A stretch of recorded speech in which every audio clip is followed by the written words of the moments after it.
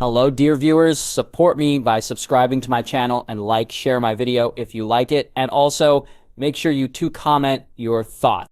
Now let's start the video. Avengers Tower, year 2033. Morning. Clint Barton ran a hand over his bearded face, staring at the machine. It had taken them years to get to this point, but they were ready.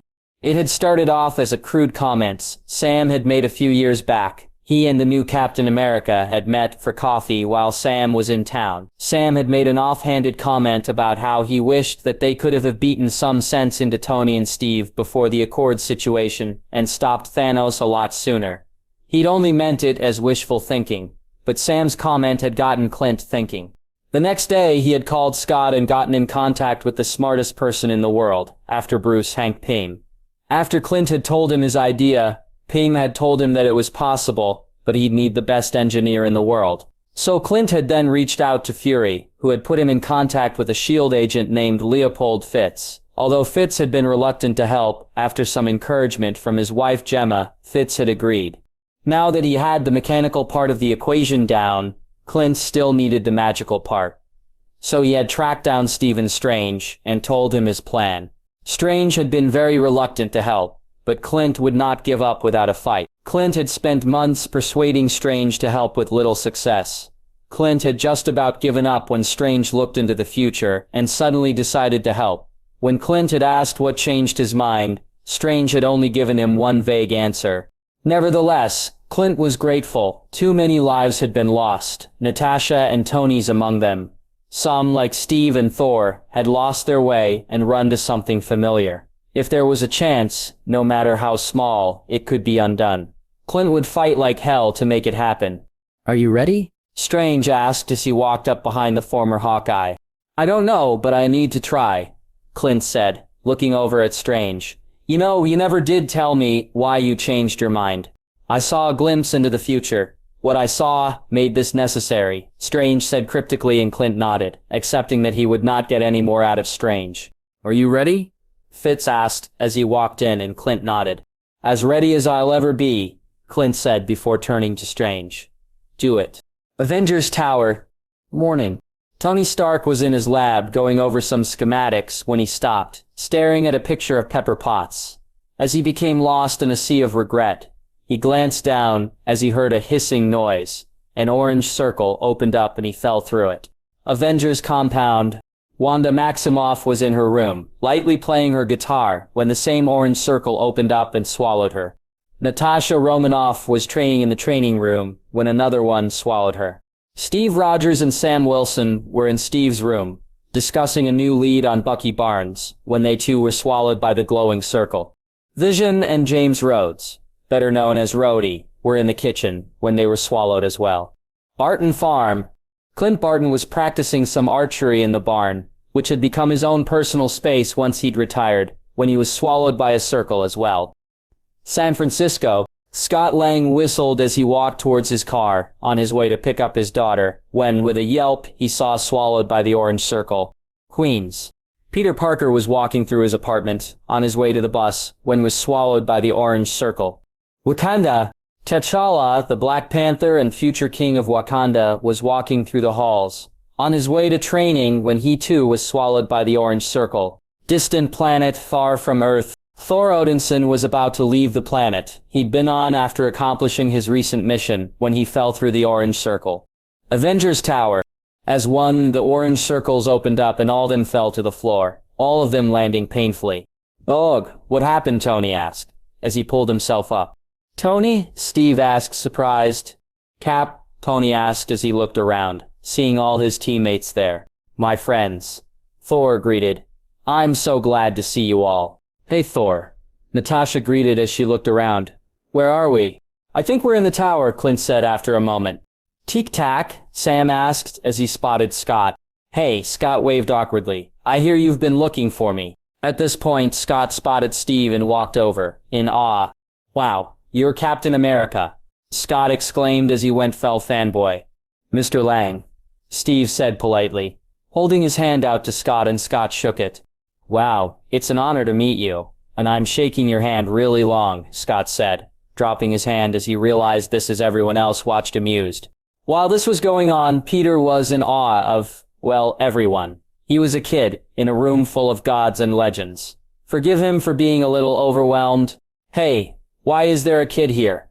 Rhodey asked as he spotted Peter, and Peter gulped as they all turned to him. Hi everyone, I'm Peter. Peter Parker. Huge fan, Peter said awkwardly. What are you doing here, son? Steve inquired kindly. I don't know. I was walking to the bus when some orange circle opened up and spit me out here. Peter said, a little intimidated by being addressed by Captain America. The same thing happened to me. T'Challa spoke as he looked around at them. I assume the same thing happened to all of you as well. Yes, Your Highness, Natasha spoke up, and T'Challa nodded. Someone brought us here, Thor noted. But why? Wanda wondered. To change the future.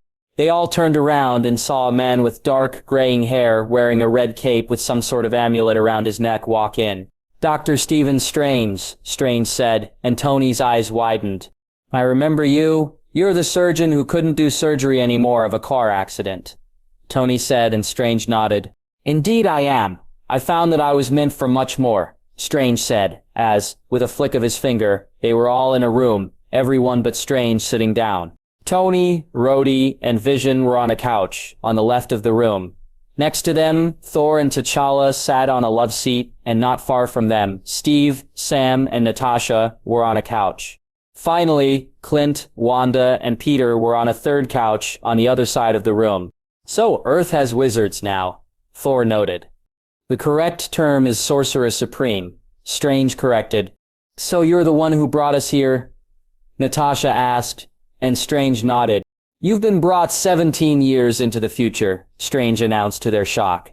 In 2 years' time, a threat bigger than anything you have ever faced before will come to Earth. You win, but just barely. Half the people in this room don't survive. Others are broken by those events beyond repair.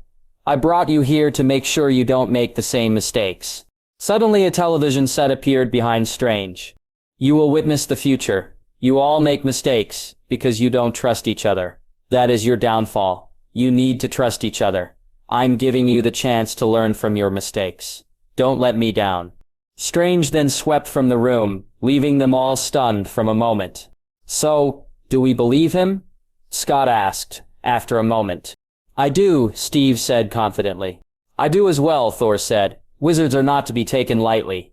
I say we do as the wizard says. Okay, Tony said. Steve and Thor's words seeming to sway most of them. So how do we... Tony stopped as a remote suddenly appeared in his hand. Okay, well here we go, I guess, Tony muttered as pressed a button and the TV started. In the lab, Barton stood, watching the security feed of the viewing room. He watched Natasha with a wounded look on his face as Fitz walked up behind him. You gonna be okay? Fitz asked, and Barton sighed. I don't know, but I have to be, Barton said gruffly. Think they'll believe us? Fitz inquired. There are too many details from their lives for them not to. Plus, after all the crazy shit they've seen, why would time travel be out of the realm of possibility? Barton pointed out. Fitz nodded, and they were silent as they watched the security feed. So, we're sure that he's telling the truth? Rhodey asked in the viewing room. Do you doubt me, Rhodes? Thor asked with a raised eyebrow. No. Just, Rhodey trailed off. I did not sense any deception from him. Wanda spoke up. You're in a room with a god and a super soldier from World War II. Yet time travel is where you draw the line, Sam asked incredulously. Okay, that's a good point, Rhodey said after a moment. No one else said anything as Tony pressed a button, starting the recording. In 1991, at a secret Hydra facility, a Hydra agent pulled a red book with a black star on the cover out of a secret compartment. Meanwhile, the Winter Soldier was being let out of cryo-freeze. Steve sat up straighter as he saw his best friend. Oh, he knew that this was the past and that nothing could be done about it. But still, it was new information, and he would take whatever he could get. Later, Bucky screamed in pain as he was strapped to a chair, machinery on his head that was obviously causing him pain. The machinery was removed, and the Hydra agent opened the book, saying different words in Russian, until Bucky stilled. But it was no longer Bucky Barnes, but the Winter Soldier, ready to comply with his master's demands. Steve looked physically pained at what his best friend had been forced to endure for almost 70 years. Natasha looked at him in concern, and Sam placed a hand on Steve's shoulder, trying to offer him comfort as he grimaced. That hadn't exactly been easy to watch, for any of them. Wanda felt great empathy for Bucky in that moment.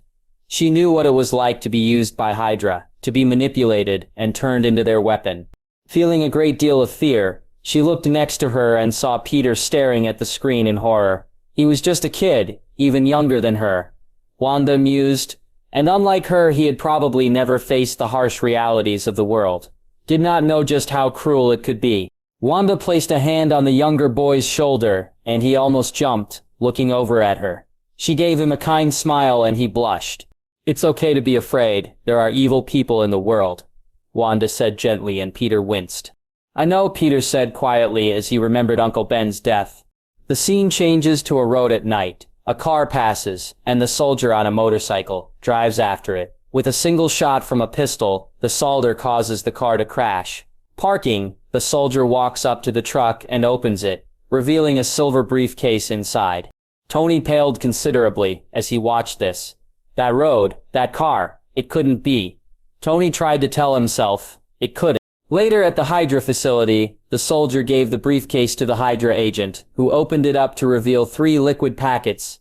Everyone stared at the screen, wondering what that was. In present-day Lagos, Wanda and Natasha are in a cafe, surveying the scene. Steve is in a hotel room overlooking the scene as Wanda updates him over the comms. Some newspaper articles about Brock Rumlow are seen in the hotel room as Steve spots a bulletproof van on the streets. Rumlow. Steve narrowed his eyes as Sam growled and Natasha smiled tightly. "Friend of yours?" Scott questioned. "He was Hydra. During the uprising, he was caught in the destruction of the Triskelen. He managed to survive and escape. He's been causing havoc ever since," Steve said grimly. Natasha gently scolded Wanda about her lack of awareness, causing Sam to remark about Natasha's paranoia.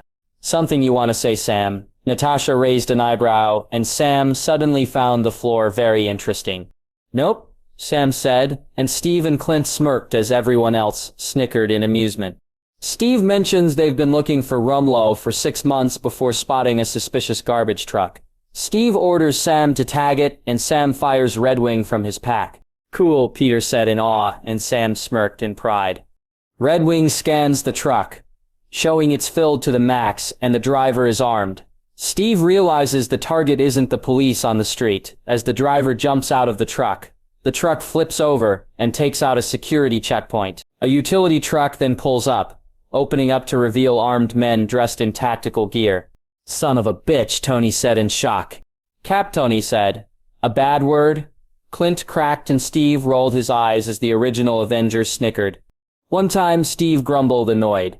"One time and you just can't let it go." As they began gassing the building, Steve humped down, engaging them. He throws his shield, taking out one of the men as the shield returns to him. Steve then rushes up the side of an AFV and onto the roof, sending a kick to one of the armed men. The man is sent flying into the wall, hitting hard and getting knocked out. Meanwhile, Sam flies onto a bridge, where 2 of the armed men are. Sam uses his wings to shield himself from the bullets before taking out one and kicking the other. The man falls and lands on a truck, smashing the top of it and getting knocked out. Another opened fire on the ground, but Wanda flew in, using her powers to shield herself from the bullets before sending the man flying into the air.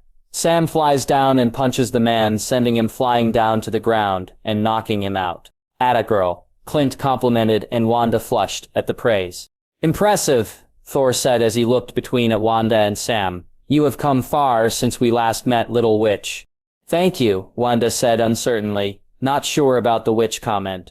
The trio met up, and Sam used Red Wing to locate Rumlow on the 3rd floor of the building. Wanda used her powers to hurl Steve into the air and through the window on the 3rd floor. As Steve began engaging Rumlow's men, Rumlow walked into the lab and found the biological weapon. "We can't let him get his hands on that," Tony said pale. "We won't, Tony," Steve quickly assured him. "We know where he'll be, and we know what he's after. Just can't you imagine what he'd do with that?" Tony said shakily, and a shudder ran through everyone in the room. "I imagine it would be catastrophic," T'Challa said grimly. "You said it, Your Highness," Sam muttered. As Steve continues to fight off Rumlow's men, Wanda uses her powers to pull the gas out of the building. As she sends it into the area, Sam covers her, engaging Rumlow's men. Sam whirls around, his wings forming a shield, and two missile-like projectiles shoot out of his pack, taking out Rumlow's men. "Nice," Rhodey said, and Sam smirked. Outside, Rumlow and his men emerge from the building. Seeing the gas, Rumlow knows the Avengers have come. Inside, Steve finds the fridge holding the now empty container, and warns the others. Natasha drives up on a motorcycle and jumps off, beginning to engage Rumlow's men. For the most part, she defeats them pretty easily, until Rumlow shows up. Far more skilled than his men, Rumlow holds his own against Natasha as they fight. Natasha tried to use her taser disc on him by bringing it to his neck. However, to her shock, it doesn't even affect him. "What the hell?" Sam asked as they all stared at the screen in shock. The building came down on him, Natasha remembered. He either trained himself to endure the pain, or he really doesn't feel it. Rumlow throws Natasha into the AFE, where two of his men are waiting. Rumlow then tossed in a grenade before closing the hatch.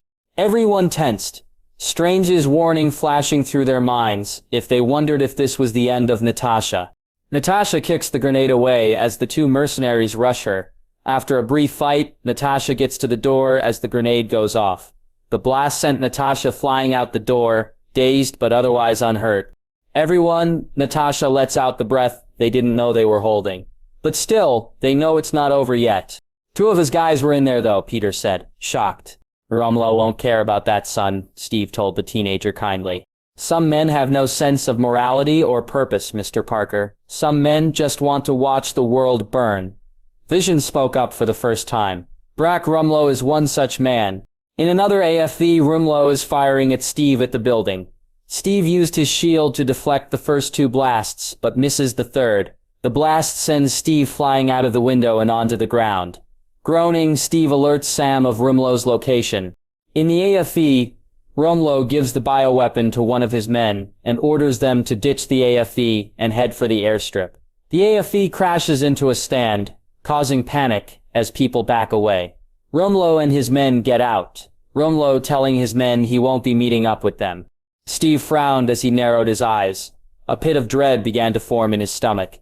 Rumlow was planning something. What? Steve could only guess, but Steve knew it was nothing good. Using facial recognition, Sam is able to spot Rumlow's men going left and right, two each. Natasha arrives on scene on a motorcycle, which she then uses as a booster to climb onto the horde of vehicles as she goes after those on the left. As Sam pursues those on the right, Steve arrives on the scene, taking a moment to consider the civilians before heading in. He sees the abandoned gear on the ground before a small explosive lands on his shield. Acting quickly, Steve throws his shield into the air and the explosive detonates harmlessly as little more than light show. Steve grimaced. That was too close for comfort. The civilians could have gotten hurt. Suddenly he felt a burning hatred for Rumlow, for making it come to this. Once they returned, he had to make sure Rumlow didn't get this far. Natasha glanced over at him knowing what he was thinking. Steve wouldn't let this go, not that she blamed him, but they needed to plan this carefully, if this was going to work. Rumlow suddenly emerged from the crowd, punched Steve in the back. Steve is sent flying through a stand, landing on the ground as Rumlow approaches, flexing his gauntlets as he boasts that he's been waiting for this. "Wow, he really hates you, Cat," Tony noted. "I stopped Hydra's plan. In a way, I guess I'm responsible for what happened to him," Steve mused. "Guys, Hydra, don't lose any sleep over it, Cap," Rhodey said, and Steve smiled tightly. "I don't," Steve assured him. Elsewhere, Sam spots the two men he's trailing, and flies down. He kicks one of them, knocking them out as the other one opens fire. Sam uses his wings as a shield and whirls around, sending a spinning kick to the man's chest. He slams into the side of a small building that resembles a shack before falling to the ground, out cold. Sam searches him and finds that he doesn't have the bioweapon. Elsewhere, Natasha is running after one of Rumlow's men. She jumps over a table and tackles him to the ground. They stand up and he pulls out a gun, casing people to panic. Natasha strikes him, stopping him from pulling the trigger before he staggers back. After a blow to his throat, Rumlow's other man rounds the corner, armed with a gun, and Natasha throws a woven basket at him, stopping him for pulling the trigger. She then strikes his kneecaps, sending him to the ground before she jumps on the other, wrapping her legs around his neck and bringing him down, knocking the other one down as he gets back up. She punches the second one a few times before she sees a gun. She picks it up and she and the second one jump to their feet, aiming guns at each other. The first one then pulls out the bioweapon, threatening to drop it if Natasha doesn't drop her gun. But that would kill everyone, including him, Peter said, confused. They obviously aren't the sharpest arrows in the quiver, kid. Clint said grimly. Rumlow probably went for brawn, not brains. Too stupid to challenge him, but smart enough to follow him. Sounds like Rumlow. Redwing flew in, unseen, and fires. The bullet hits the first man, and, as the other turns his head, Natasha fires, killing him. Natasha then drops the gun and makes a grab for the vial, grabbing it just before it hits the ground. Everyone breathed a sigh of relief, happy that the weapon is now in safe hands. That was incredibly risky, T'Challa noted as he looked over at Natasha and Sam. It was the only play we had, Your Highness, Natasha said, and, after a moment, T'Challa nodded. Perhaps. T'Challa aloud. Natasha thanks Sam, but Sam insists she thank Redwing, to which Natasha refuses. You'll hurt his feelings, though. Sam teased and Natasha rolled her eyes, not dignifying him with a response. Back with Steve, he and Rumlow are exchanging blows. Rumlow's gauntlets giving him a clear edge. As he backs Steve up against a building, one of Rumlow's gauntlets reveals a small blade. Steve moves his head, dodging the blade, and Rumlow got the wall, instead. Steve grabs Rumlow's arm and elbows him in the face, making him lose the gauntlet. Rumlow uses the second blade, but Steve dodges, kicking him and sending Rumlow flying. Rumlow lands on the ground, hard, and sits up, on his knees. Steve stalks over as Rumlow removes his helmet. Steve grabs him by the front and gets a look at Rumlow's scarred and deformed face. That is quite unpleasant to look at, Thor said with a grimace as everyone stared at the screen, most of them disturbed by the sight. To survive such pain, Rumlow must have great willpower. It's a shame he decided to use that will for evil, T'Challa noted, wistfully. You do evil, you pay the price, Tony said, unsympathetic. Steve demands to know who the buyer is, but Rumlow distracts Steve by bringing up Bucky, claiming he remembered Steve. He's playing you, Steve, Natasha said gently, looking over at Steve. He's stalling. I know, Steve said with a scowl. But for what? With Steve distracted by Rumlow's lie, Rumlow is able to pull out a bomb. Steve tried to stop it, but it was too late. As the bomb goes off, Wanda is able to use her powers to contain the blast. But it is visibly straining on her, and she attempts to send it into the sky. However, her powers fail her, and the bomb slams into the side of a building, taking out a good port in the south side. People panic, and Steve radios Sam for help, as Wanda sinks to her knees, horrified by what has just happened. Wanda stared at the screen, horrified as Clint put a hand on her shoulder. Hey, this isn't your fault, okay? Clint told her gently. All those people, Wanda said, choked up. Many more would have died had you not intervened, Miss Maximoff. T'Challa said kindly. It's not your fault, Wanda. It's Rumlight's, and if not his, mine, Steve said, and she looked over at him. I should have clocked that vest long before you had to deal with it. That's not on you, it's on me. It's both your faults. It's none of your faults. Does it really matter? Natasha said, and they all looked over at her. Blaming ourselves isn't going to bring them back, but we can go back and make sure this doesn't happen. Natasha is correct, Thor spoke up. The future is what we make of it. There are many paths available to us. We can control our future. What the big guy is saying is don't blame yourself for something that hasn't happened yet, Scott simplified, and Thor shot him a look that was half annoyed, half amused. Mr. Lang is corrected, Thor said, and Wanda sighed, nodding slightly, although it was clear she was still bothered. You okay to go on? Tony asked gently, and she nodded. Yes. I need to see, Wanda said, and Tony nodded. Okay, Tony said, unpausing the recording, and it continued. The recording continues as a woman with graying blonde hair was playing the piano, singing the lyrics to Try to Remember. Pain shot through Tony's heart as he saw his mother, so alive and well, although he wondered how he was seeing this. She finished playing as Howard Stark walked in, rousing the person sleeping on the couch. The person got up, revealing a younger Tony Stark.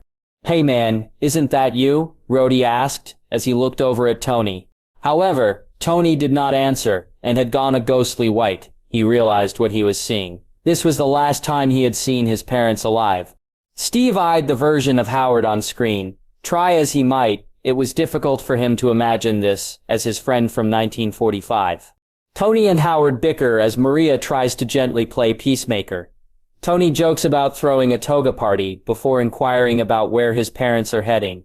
Mario says Howard is taking her to the Bahamas, and Howard says they will need to make a stop beforehand. Tony, angry at his father always putting work before family, makes a sarcastic comment. Howard responds in kind before walking out of the room to grab something. Tony winced, filled with regret. He wished he could go back, make things right with his father, before it was too late. Rhodey put a hand on his shoulder, knowing Tony well enough to sense where his thoughts were headed.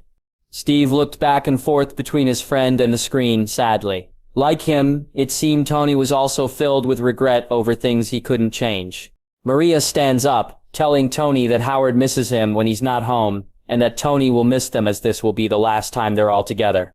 Those not in the know, everyone but Tony wondered what that meant, as Tony again flashed back to the first scene. He shook his head, told himself he was being paranoid. Maria pointed out Tony would regret it if he didn't say something, as Howard re-entered the room. Tony tells Howard he loves him and knows that Howard does the best he can. Howard and Maria walk out, and young Tony stares after them as the current Tony is seen standing behind him. "Wait, how are there two of you?" Rhodey asked, confused, as Tony understood. "It's a little something I've been working on, binaurally augmented retro framing. Helps people go back to moments they'd like to relive. Clear traumatic memories," Tony explained.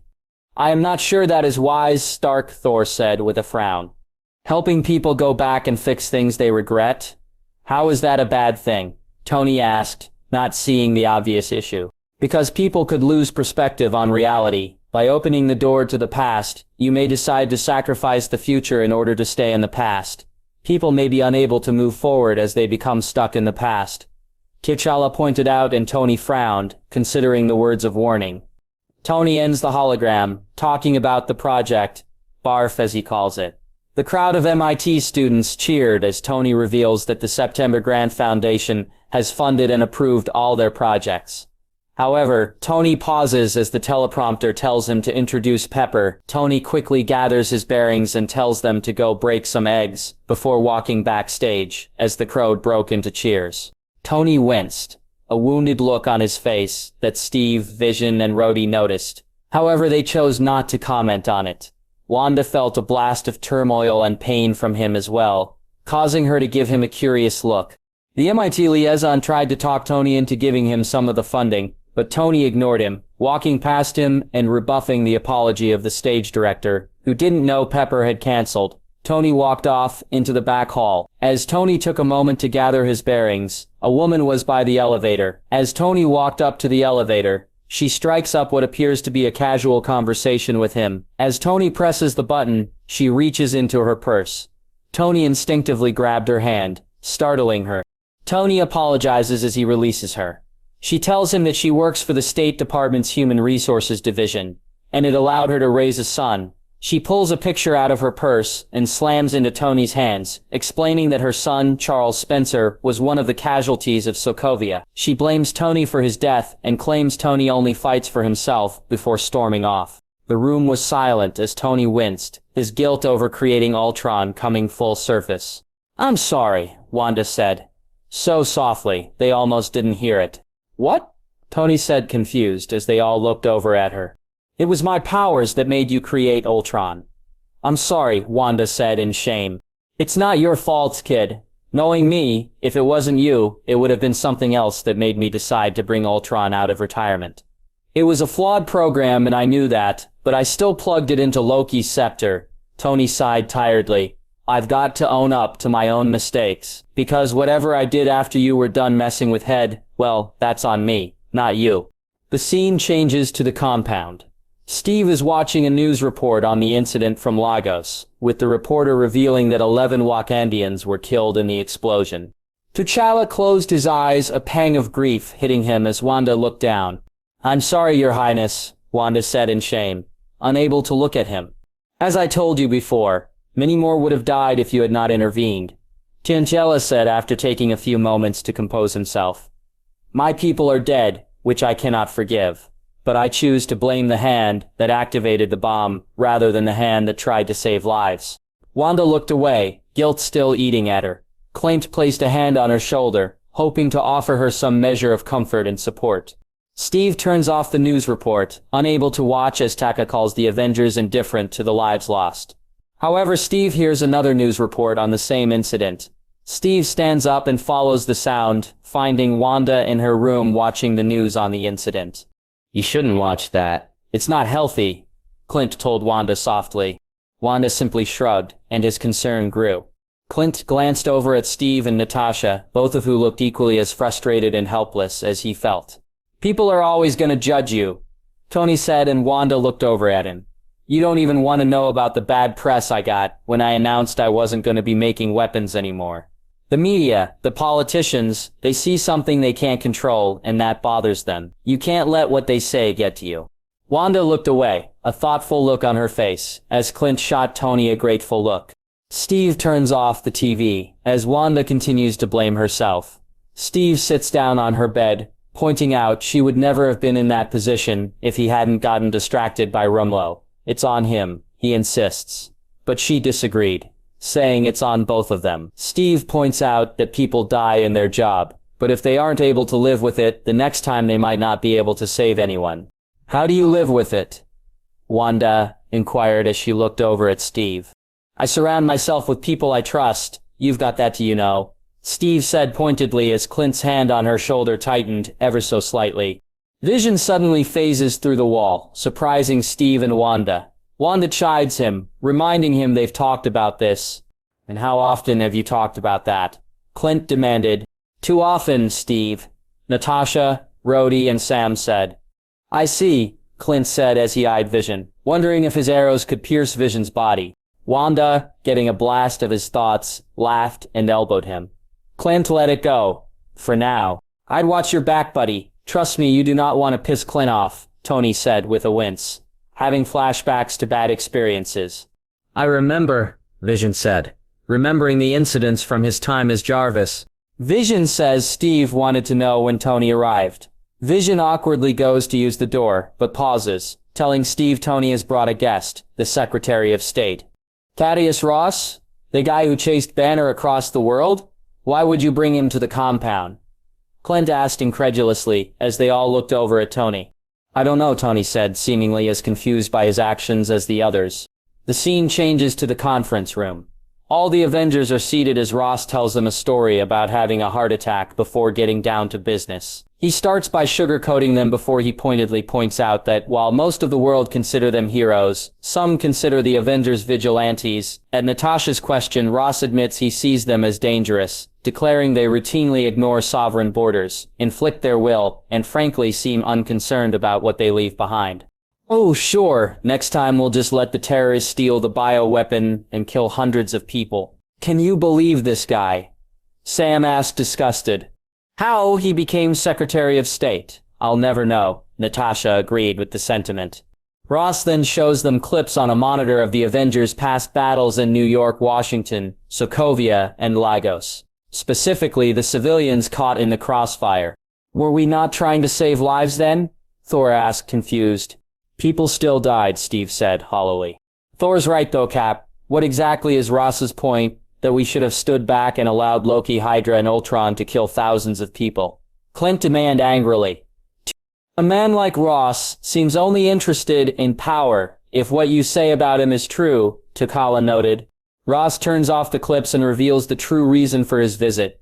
The governments of the world are no longer willing to allow the Avengers to operate on their terms. Ross then hands them a copy of the Sokovia Accords, explaining that they will sign and will then operate under the supervision of the UN panel, only if and when they deem it necessary. Oh, I get it, Tony said as he leaned back in his seat. Get what, Mr. Stark? Peter asked, confused. Well, remember how I said politicians don't like things they can't control? Well, Ross can dress it up however he likes. But what this document is really about is controlling the Avengers, as if we'd ever allow that, Tony said, laughing at the thought. 3. But shouldn't we all abide by the government? Peter said, confused. Not like this kid, Clint told him. If we have to wait around for a bunch of politicians to agree, we'll never be able to do our job and people will die, Sam explained. It's not impossible, son, but there would have to be safeguards, Steve explained. In the lab, Fitz and Barton exchanged a glance of amusement mixed with uncertainty. How do you think Stark will react to his decision? Fitz inquired. He'll probably be horrified. I don't know who that guy who did all those things was, but it wasn't my friend. The guy sitting in there watching all this, that's the real Tony Stark, Barton said confidently. Steve argues that the Avengers were made to make the world safer. Ross demands to know if any of them know where Thor and Hulk are, which they admittedly do not. Ross then makes a comparison between the two absent Avengers and nukes. Did this Ross just call me a weapon? Thor asked, a low voice that had everyone on edge. Yes, Natasha said wearily. Where is my hammer? I will find this Ross and show him I'm not a weapon to be wielded. Thor exploded as he got to his feet. Easy Point Break. Remember, we're in the future. Besides, I don't think you going Terminator on the Secretary of State is gonna help us right now. Tony reasoned. We're here to change this, Thor. So calm down, Steve added. Thor took a few deep breaths before sitting back down, grumbling threats against Ross. Ross again tries to play them, telling them the Accords are a compromise. Right. Clint scoffed. Only a politician could say that with a straight face, Natasha added, disgusted. Rhodey asks about contingencies, but is ignored. Rose says the Accords will be signed in 3 days, in Vienna. 3 days? From the size of that book, we'd each need weeks at least, to read it all and understand it. Tony said, stunned. They don't want us to know what we're signing, Steve noted grimly, which means they know we won't agree to it, but they're trying to back us into a corner. So what do we do? Rhodey asked, but none of them were sure they had an answer. Ross tells them to talk about Aya and Natasha inquires if he doesn't like their decision. Ross tells them they'll be retired before leaving. Retire, try and make us. Tony barked out a laugh. Indeed, what will they do if another Ultron appears? Make us sit on the sidelines? Thor laughed as well. Retirement might not be a bad idea. Everyone stopped and stared at Steve, as though he had grown another head. Temporarily at least. What are you thinking, Cap? Sam asked. The UN is never going to change their minds about this. At the same time, if any of us sign, we'll lose our leverage, because we'll no longer have a united front. The fact is, they need us a lot more than we need them. More than that, as Tony said, they want us under their control. We can't let that happen. But if we retire, as Ross suggested, then it'll send a message. And buy us the time we need to get the Accords amended until it's something we all agree with. Kling caught on. Not a bad plan, Cap, Tony said with a smirk. Well, I'm already retired, so let me show you the ropes. Clint leaned back in his chair. The scene changes to a house in Cleveland. A man is sitting at a table, eating dinner, when he hears a crash outside. Wait, who's this guy? Scott asked, confused. I don't know, Tony said, confused, looking at his fellow Avengers, but they all shrugged cluelessly. I bet he's a bad guy, Scott said, was met with several raised eyebrows. Hey, he even looks like a bad guy. The man walks over to a window and lowers the blinds slightly. He sees a man on his front porch, looking freaked out by his car hitting the car in the driveway. The owner quickly steps away from the blinds as the man outside walks up to the door. He speaks in an American accent as he suggests they take care of the auto accident themselves. The owner eyes the gun he has on a table before letting the man in. He opens the door as Zemo lunges for him, striking him and knocking him out. I guess he's a bad guy too, Scott mused. We don't know that yet, Steve pointed out. Perhaps we should continue watching, and we will find out. T'Challa suggested.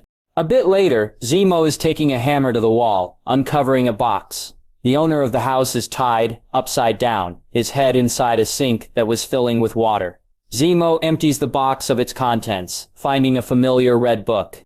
Looks like you're right, Tic Tac. The guy is Hydra, Sam noted. Yeah, but what about the other guy? Peter questioned, but no one had an answer. Zemo goes through a file, finding a picture of the man in Russian Armed Forces uniform. The man demands to know who Zemo is, and Zemo, now with a Selkovian accent, tells him to call him Zemo. I don't suppose that rings a bell with anyone, Rhodey asked, but nearly everyone shook their heads. I'm afraid not, Thor said. Well, hopefully this will give us some answers, Steve noted as the recording continued. Zemo demands to know what happened on December 16, 1991. The man wants to know how Zemo found him, and Zemo explains he went through the files Natasha dumped onto the internet during the Hydra uprising. Zemo's only interest is finding out what happened on December 16, 1991. When the man refuses to cooperate, Zemo walks over and, to the man's surprise, turns off the water. "Wasn't expecting that," Natasha admitted. "Somehow I doubt this guy just decided to give up," Tony said doubtfully. "He's Sokovian," Wanda said softly as they all looked over at her. "I didn't recognize it at first, but his dialect, the way he says things, he's from Sokovia, just like me." "So we got a guy going after old Hydra operatives that's from Sokovia. Okay, that narrows it down a bit," Tony noted, his mind working. "Not by much though," Rhodey pointed out. "Enough. For now," Steve agreed with Tony. Zemo points out that killing the man is not something he wants, and would be pointless in the end, giving him a chance to live if he talks. The man responds with "Hail Hydra," so Zemo turns the water back on, and walks away as the water consumes the man's head. "See, bad guy," Scott said, feeling vindicated. "Mr. Lang is correct. I have seen many men like him, obsessed with one goal, and will kill anyone who gets in their way." Thor agreed. Peter shivered, unnerved by Zemo's cold-bloodedness. Sensing his uneasiness, Wanda decided to try something.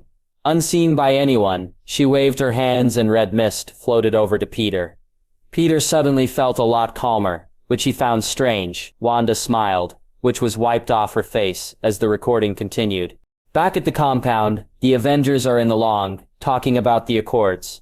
Steve is sitting in a chair, reading the Accords as Sam and Rhodey argue behind him. Sam feels that the Avengers will be tagged like common criminals if they sign, while Rhodey thinks, because the UN authorized the Accords, they should sign. "Seriously?" Sam asked incredulously as nearly everyone who knew him looked at the stunned Rhodey. "Since when do you smile and nod when the government tells you to?" "I don't know, it's almost like I've been replaced with someone who looks me but acts the opposite," Rhodey mused. In the lab, Barton and Fitz were caught between snickering and wondering if Rhodey could see the future. Rhodey and Sam's argument is interrupted by Vision, who declares he is an equation. Since Tony announced that he was Iron Man, the number of powered individuals and world-ending events has increased exponentially. Steve asks if Vision think it's their fault, and Vision clarifies that their strength invites conflict. Oversight is not something they can dismiss. Vision insists. "We're not dismissing oversight. I don't think anyone here has a problem with oversight," Steve said as he looked around at his fellow Avengers, who all appeared to share his feelings before he focused on Vision. "But these Accords, they don't offer oversight. Don't confuse control for oversight, Vision. It's a dangerous misconception." Vision frowned, considering Steve's words. Perhaps he was not yet ready to make these kinds of decisions, he mused. Natasha notes that Tony is being uncharacteristically quiet, and Steve said it's because Tony has already made up his mind. Tony makes a sarcastic comment as he heads over to the kitchen to make some coffee. Tony complains about coffee grounds in the disposal before pulling out a holographic photo of Charles Spencer. Tony explains who Charles was, and that he was one of the casualties of the Battle of Sokovia. Wanda winced, guilt-eating at her in her part of the destruction of her home, and all the lives lost. Clint put a hand on her shoulder as he shot Tony an incredulous look. "We dropped a building on him. What is wrong with you?" Clint demanded. "You make it sound like it is our fault, Stark," Thor said lowly, and Tony unconsciously scooted towards the edge of his seat. "We had to stop Ultron. Would you have preferred we let humanity be destroyed?" "I don't know what's going on with me. He looks like me, but he's not acting like me," Tony said, truly puzzled. Tony declares the Avengers need to be put in check, that they need to accept limitations, or they will be no better than the bad guys. "Okay. Seriously, who is this guy? He's not acting anything like me," Tony said, growing more and more perplexed by his behavior. In the lab, Fitz handed Barton $10. "I told you that you shouldn't have taken that bet," Barton said smugly, as he pocketed the money. Steve and Tony argue about the Accords, which Steve sees as only shifting the blame, which Rhodey, still advocating for signing the Accords, says is dangerously arrogant. Steve argues that the UN is filled with people with agendas, and that those agendas change. Tony says this is good, using his trip to Afghanistan and realizing the harm he was doing as an example. Steve argues that Tony chose to do that, something he could not do if he signed the Accords. Steve asks what if the Avengers are sent somewhere they don't need to go, or if they need to go somewhere but the UN won't let them go. That's a good point, Cap, Clint said, with a frown as he looked at the others. Is anyone here not prepared to save lives just because the UN tells them not to? Not a single person said anything, but the point was made. If people were in danger and they could stop it, none of them would think twice about intervening. Accords or no accords. Steve says the safest hands are still their own. Tony argues, if they don't do it now, it will be done to them later. So we should just go along with it? Clint said, almost laughing at the thought. I'll be sure to tell the Founding Fathers they should have just gone along with King George and never founded America. Clint, Natasha said warningly. No, he's right. I don't know what is wrong with me, but I'm being stupid. More so than usual. I apologize in advance, because I have a feeling I'm gonna owe you guys a lot of apologies. Tony said, unnerved by the actions of his on-screen self. Wanda realizes that he means they will come for her. Vision immediately says they'll protect her. How, Vision? How are you gonna do that? Clint demanded as Wanda paled. How are you gonna stop Ross from coming after Wanda if you sign the Accords? Because if half the things I've heard about that man are true, he'll come after her the first chance he gets. A man like Ross is only interested in his own power, fearful of what he does not understand. T'Challa noted as Vision frowned, considering the flaws in his logic. I think that before the Accords are presented, Wanda should go somewhere, off the grid, Steve said with a pointed look at Clint. Clint realized what Steve was saying and gave a subtle nod. Clint reached out and grasped Wanda's hand, and she gently squeezed back. He had failed her brother, but he wouldn't fail Wanda. Natasha suddenly speaks up, saying that Tony might have a point, to Sam's surprise. Natasha points out they need to earn back the trust of the world. Seriously, Nat? Clint asked as those who knew her best, Clint, Steve, Tony, and Sam, stared at her incredulously. I don't trust the government, but when this goes south, and it will, you'll probably need someone on the inside. Since Tony and Rhodey are pretty dead set on signing, Natasha pointed out, and suddenly, her actions made sense. 3. Tony and Natasha begin to joke when Steve gets a text. She's gone. In her sleep. It reads. Steve feels a wave of grief crash over him. Peggy had been getting worse in the last few months, her Alzheimer's making it difficult for her to recall anything. She was one of the last relics of his old life, his first love, and one of the few people left who had cared about him before he became Captain America. And she only had a few months left. Seeing the state of their friend, Sam put a hand on his shoulder as Natasha reached over, taking his hand. Everyone else stared at him sadly, allowing him to grieve his loss. Even those who didn't know the situation, such as Thor, T'Challa, Scott, and Peter, could understand and emphasize that Steve had lost someone. We can take a break for a bit if you want, Cap, Tony said gently, and Steve took a shuddering breath, trying to control himself. No, we need to keep watching. I'll be okay, Steve said, part of him wondering if he was trying to convince himself or them. Tony eyed him, concerned for his friend for a minute before he unpaused the recording. Steve abruptly says he needs to go before standing up and walking out, to his teammates' confusion. Steve walks down the stair and puts his hand to the bridge of his nose. The scene changes to London. A few days later, the funeral for Peggy is taking place in a church. The choir is singing as the pallbearers bring in the casket. Steve is one of the pallbearers and tears are visible on his face. Later, everyone is seated and the priest allows Sharon Carter to give the eulogy. Sharon steps up to the podium and Sam elbows Steve, who had been lost in thoughts. Steve looks up at the podium and is shocked to see Sharon. You know her, Cap? Clint asked, seeing the look of surprise on his friend's face. She was a S.h.i.e.L.D. agent. Fury assigned to watch me during the Hydra uprising. Steve said, surprised, before looking over at Natasha. Did you know she was related to Peggy?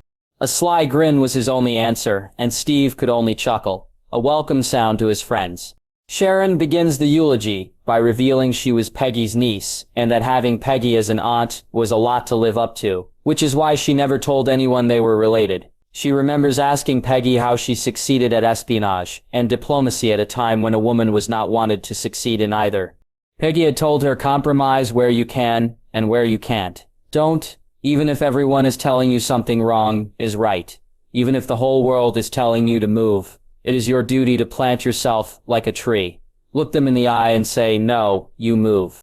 "I think I would have liked her," Tony said wistfully, wishing his father had not kept his work with s.h.i.e.l.d. such a secret.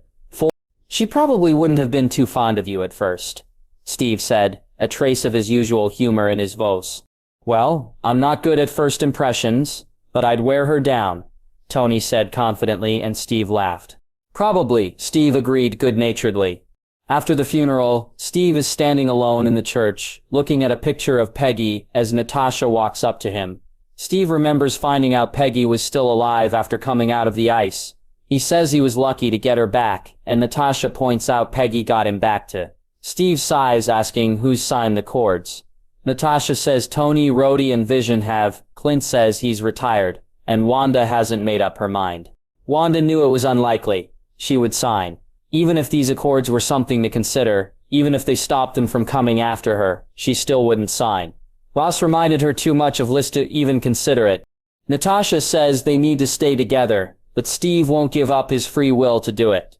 Natasha knows this, making a confused Steve ask why she's there.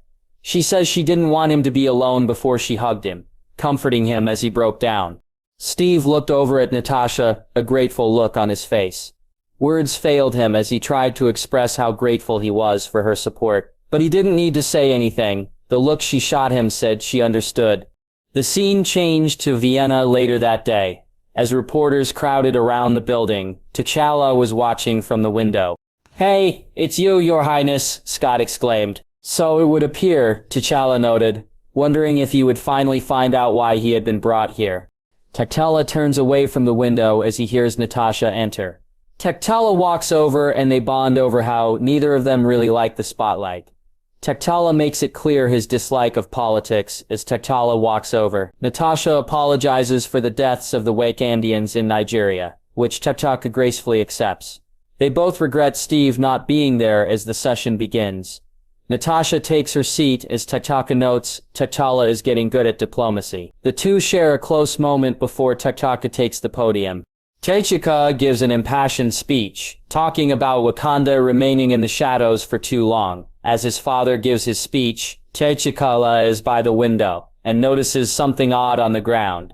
Police surround a news van, looking tense. Suddenly they run. Realizing what is happening, T'Challa rushed forward, telling everyone to get down. T'Challa tried to tackle his father out of the way, but the explosive goes off, sending him flying as T'Challa is caught up in the explosion.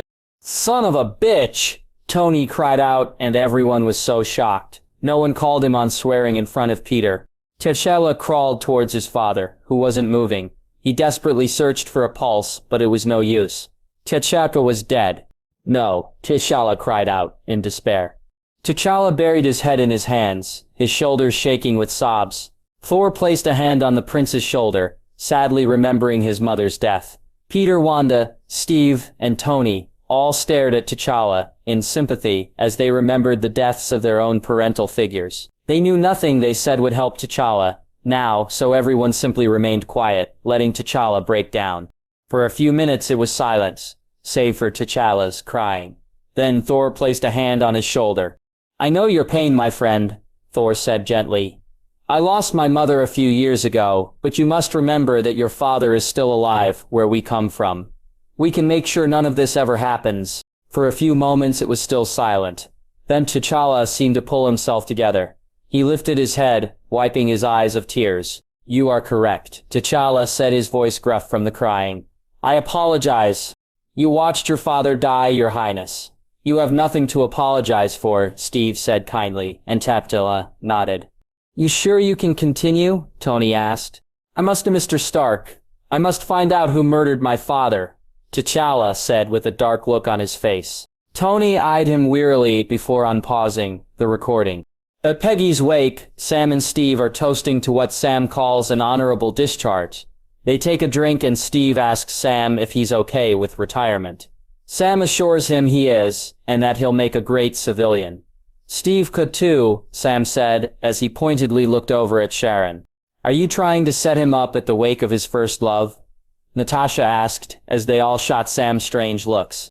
With her niece, Steve said lowly, that piece of information making his attraction to Sharon feel very awkward. Yeah, that was bad timing, Sam admitted. It's just plain weird, Scott muttered, and those that heard him couldn't help but agree. Later, Steve and Sharon sat at a table, Steve asking her if Peggy knew Sharon had been assigned to watch him in D.C. Sharon confirms Peggy didn't know, as Sharon didn't want there to be secrets between her and Steve. Steve asks if Sharon is stationed in London, but she says she's actually in Berlin, working for the Joint Terrorism Task Force. Sharon asks Steve about the Accords and Steve reveals he plans to take some time off. I really can't see you just settling down, Cap, Clint admitted as he looked over at Steve. It's either retire or sign. Don't have much of a choice, do I? Steve asked. Let's all just agree Ross is a horrible person, Tony said, and there were mumbles of agreement. Sharon asks when he didn't have a uniform in his closet, and the two have a quiet exchange about Steve's suit.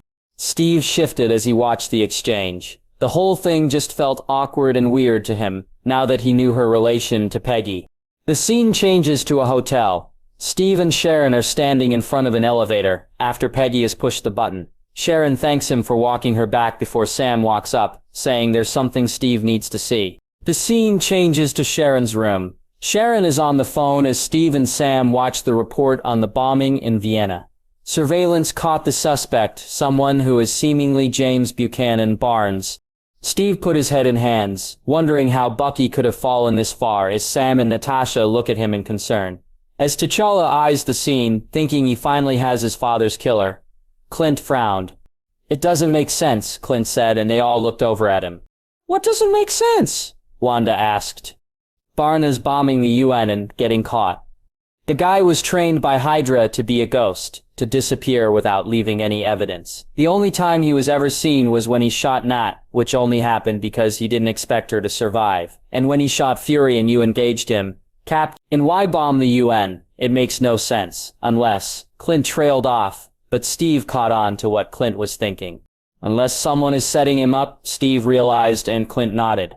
Either that, or Barnes finally snapped, which given that little flashback sequence we saw, doesn't seem impossible. Clint noted, the mind can only take so much strain. Natasha added, and Steve frowned, wondering if Bucky was being set up or had just gone crazy.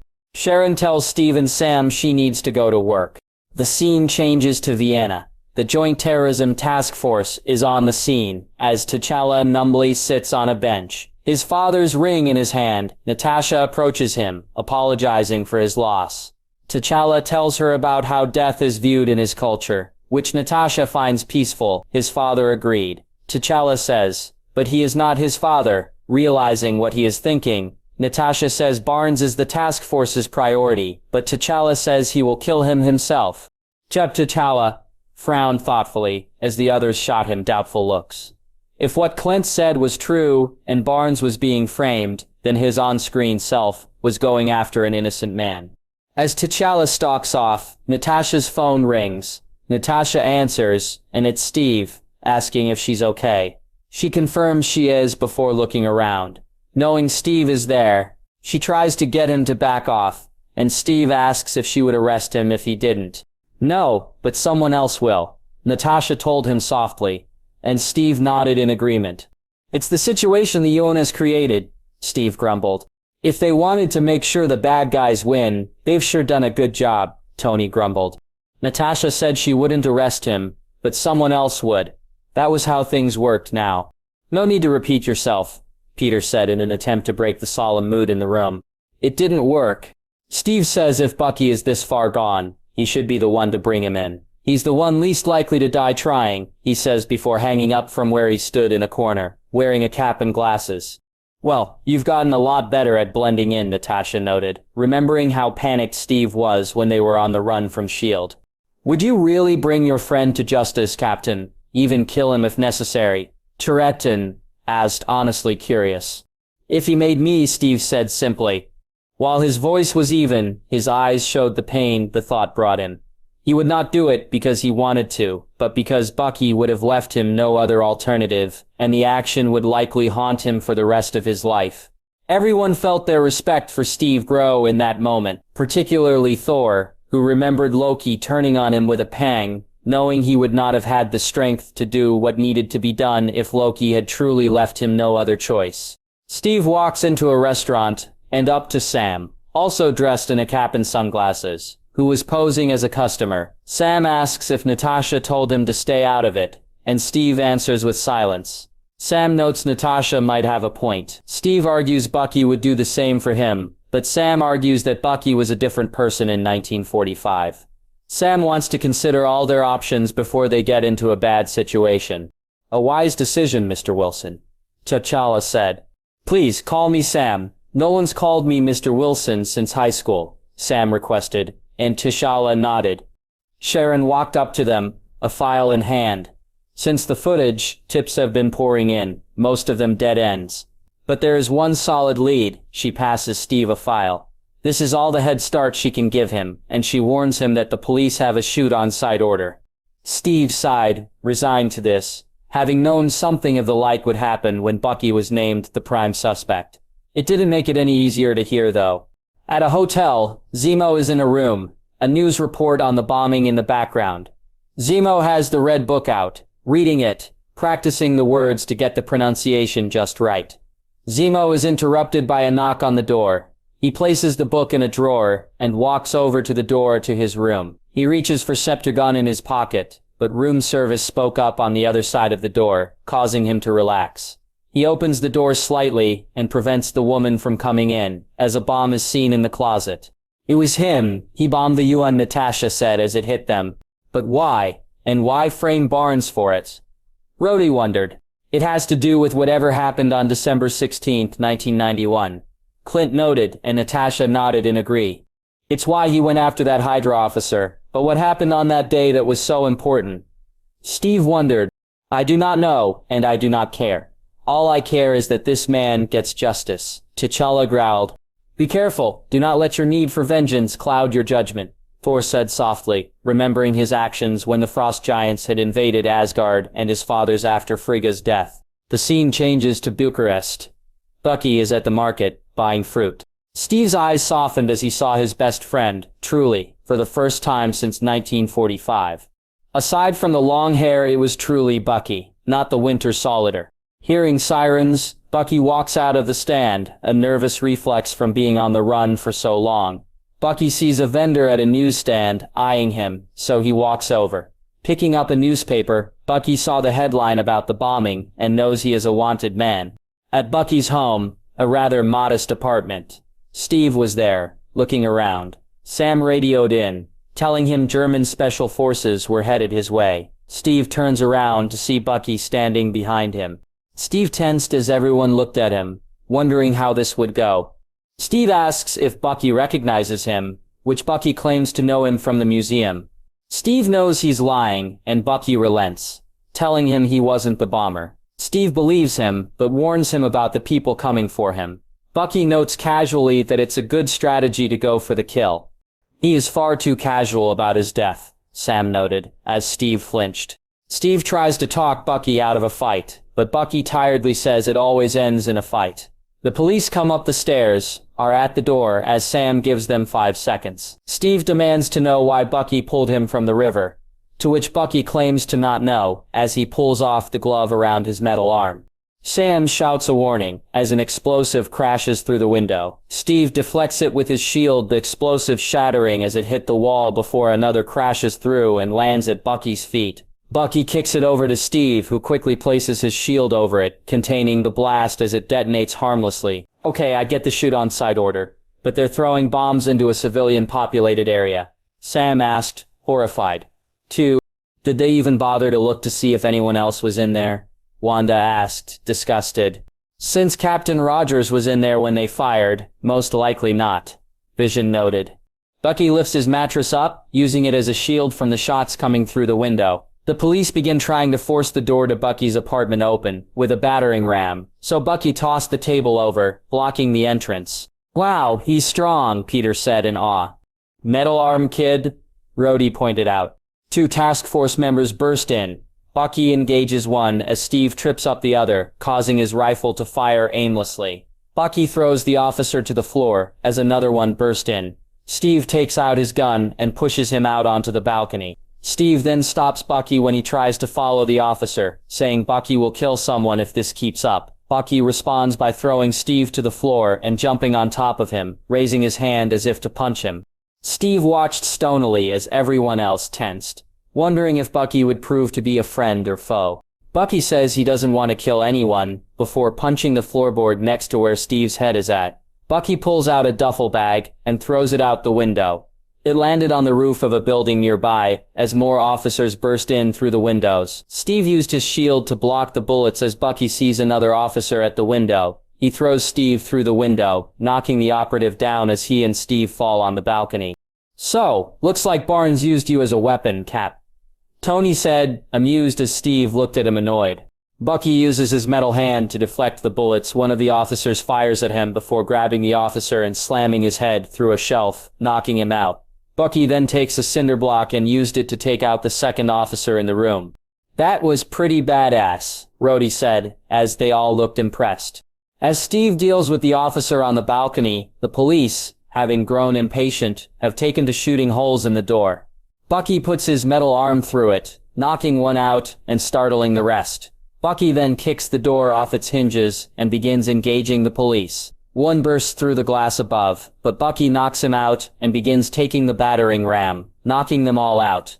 "Cool," Peter said in awe. "Say what you will about Barnes, he's one of the best fighters in the world. There's a reason no one who saw him lived until not incapped," Clint noted. Bucky then uses the cop who had come through the glass to swing down the steps, and begins engaging the cops down there. Steve emerges from the room as one of the officers begins calling on the radio for help. Steve crushes the radio before jumping, after Bucky. They begin engaging the police together, but Bucky knocks one over the railing. He almost falls to his death, but Steve catches him. "So much for not wanting to kill anyone," Rhodey muttered. "He's someone who's been fighting for as long as he can remember and people are coming to kill him. It's easy to lose yourself to the heat of battle that way," Natasha said, able to relate. Steve scolds Bucky before yanking the officer back up, throwing him into the wall. Bucky rips off the railing, using it as a long metal vine to swing down the staircase, as Steve secures the officer. Bucky engages two more officers, as Steve sees an officer about to shoot at Bucky. Steve throws his shield, knocking the weapon out of their hand, as the shield goes into the wall. Bucky looks back at Steve, before jumping over the railing, falling 2 stories before catching himself on railing. "Awesome," Peter said, amazed at Bucky's strength. "Your friend is impressive, Captain," Thor noted. Steve was silent, thinking of all the pain and suffering Bucky had been forced to endure in order to get that strong and this good. As Steve pulls his shield out of the wall, Bucky pulls himself back onto the stairs. Bucky beaks down the door, before rushing down a hall, and onto a balcony. Bucky then jumps onto the building where he had tossed his bag, only to be tackled by the Black Panther. "Who is that guy?" Peter wondered, but none of them had an answer. "I don't know, but I think we're about to find out," Steve said grimly. "Is he dressed like a cat?" Scott asked, bewildered, but everyone shrugged. Unnoticed by everyone, T'Challa shifted uneasily. Now that he knew Bucky had not killed his father, it was clear that his on-screen self was letting emotion drive his actions. And while he knew that it was Zemo, his on-screen self believed it was Bucky, and thus would focus all his grief and rage on him.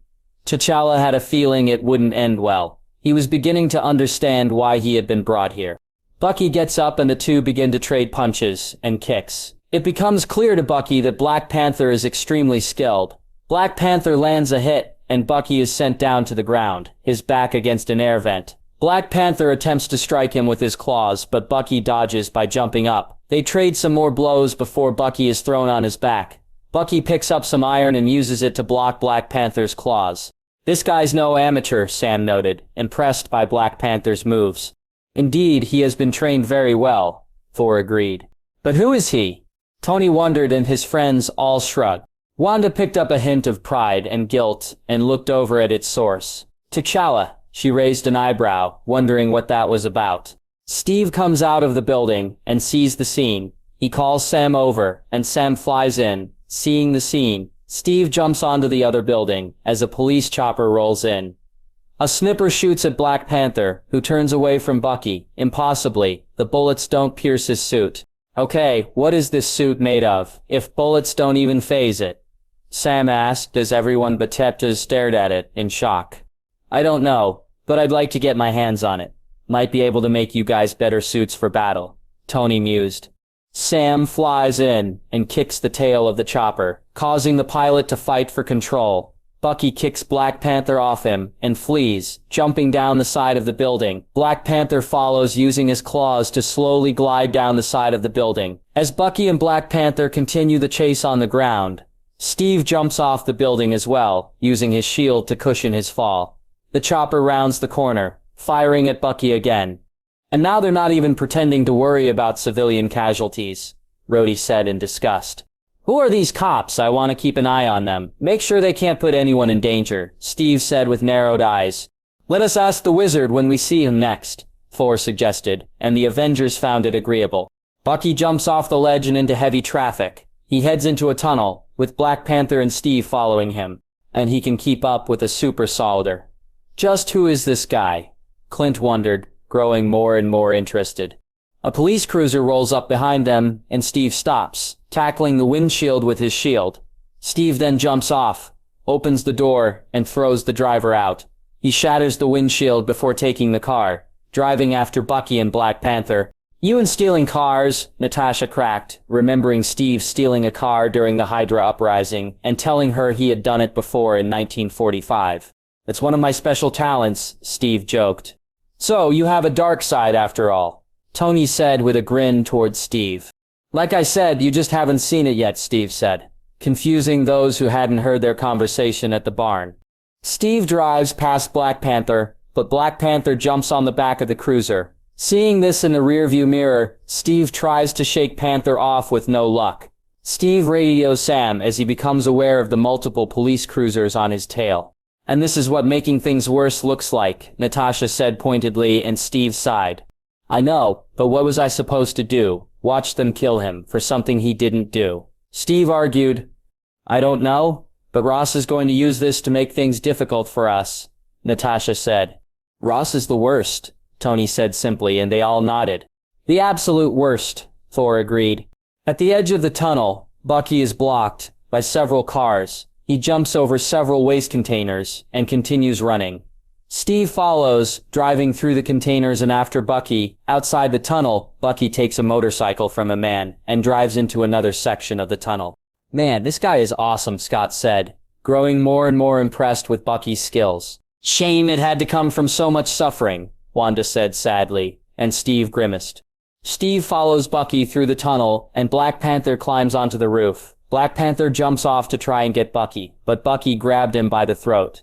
Bucky tries to throw him down, but Black Panther hangs onto the back, bringing the motorcycle on its side. Bucky is able to use his metal arm to stop it from falling, and kicks Black Panther off. Bucky lifts the motorcycle back up and continues retreating as Sam grabs Black Panther. They scuffle in the air as Bucky throws a small explosive onto the edge of the tunnel. It goes off, bringing some rubble down. Sam stops as Black Panther launches himself through the air. He lands on the motorcycle, cutting the back tire. The motorcycle falls and the pair roll on the ground as Steve jumps out of the car, which flips over. This guy just won't give up, Clint said incredulously. But why? Steve wondered, and Wanda felt a spike of guilt from T'Challa. Steve rushed over, tackling Black Panther away from Bucky before he can do anything. They stand up as multiple police cruisers roll in, surrounding them. Rhodey, in his War Machine armor, lands and aims at them, ordering them to stand down. Rhodey tells Steve he's a criminal. How did we get to this? Rhodey asked, all of them stunned by the turn of events. We didn't talk, Steve noted, as they all looked at him. Roos gave us a choice, and instead of facing it as a team, we let it tear us apart. We can't do that when we go back. Cap's right. When we go back, we tell Ross what we think of his so-called compromise, and make sure none of this happens. Tony declared, and the other Avengers looked at each other, nodding in unity. Steve stands down, seeing Sam has been caught as well. Bucky is cuffed as Black Panther, seeing he is outnumbered, stands down as well. He removes his helmet and reveals the face of T'Challa, to the surprise of everyone.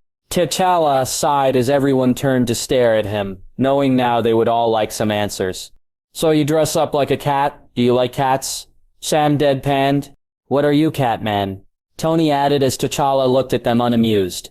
The Black Panther was the first king of Wakanda, its founder, T'Challa said, and they all listened, intrigued.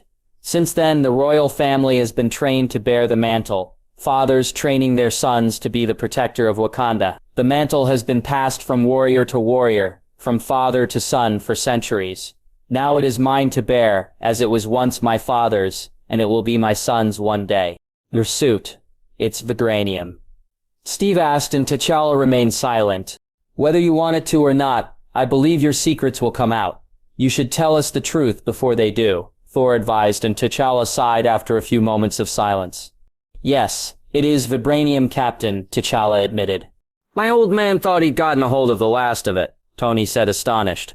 Something tells me that's not true, Natasha said pointedly, and T'Challa remained silent. Perhaps we should continue watching, Vision suggested. With a few glances towards T'Challa, knowing he was keeping a few more secrets, the other Avengers nodded before they turned back to the screen. However, T'Challa knew the subject was far from dropped. At the compound, Vision is attempting to make Paprikash in a gesture to make Wanda feel better. Wanda walks in and takes over, as Vision can't taste anything and has never cooked. It's the thought that counts, Wanda said with a smile that Vision couldn't help but return. Vision and Wanda were oblivious to the look. Clint was giving Vision. Natasha recognized it as the look he got when he was assessing a target, and smirked. Oh, Vision! He had no idea what he was getting into. In the lab, Barton had his arms crossed, and looked extremely displeased. Something Fitz took notice of. You really don't like Vision, do you? Fitz said, amused. I don't know him, Barton corrected. I left the team shortly after he joined, and when I came by the compound, we didn't exactly stop to chat. I just don't think he's good for her. So says every father ever about their daughter's boyfriend, Fitz said, amused, and Barton smirked. Well, I guess you'll know about that in a few years, when your daughter starts dating, Barton joked, and a smile left Fitz's face. My disapproval has nothing to do with his interest in Wanda. It has to do with, well, just watch. Vision awkwardly tries to assure Wanda she is not hated, but only ends up amusing her. Wanda reflects on how she has been changed by her powers. Vision briefly relates by talking about the Mind Stone in his head. Wanda moves to leave to head to the store, but is stopped by Vision. Tony has asked Vision to keep Wanda there until the accords are in place. You did what? Clint said in a low, dangerous voice, and Tony felt the temperature in the room drop as several pairs of eyes turned on him. I don't know, Tony said, awkwardly, wishing he was anywhere else now. This hasn't happened yet. This is internment, Tony, Steve snapped angrily. I know, Cap, Tony finally snapped back. I don't know why I'm acting this way, why I'm doing all these things. I'm sorry. Okay, I'm sorry for all of it. For a moment, it was silent. Steve and Tony staring at each other, the tension between them visible before someone else spoke up. And you're just fine with keeping her there. Clint snapped as he turned his glare on Vision. People are afraid of Wanda. They cannot help it, and as I pointed out in the recording, the likelihood of another public incident is significantly decreased if Wanda remains at the compound. Vision said, finding no fault with this logic.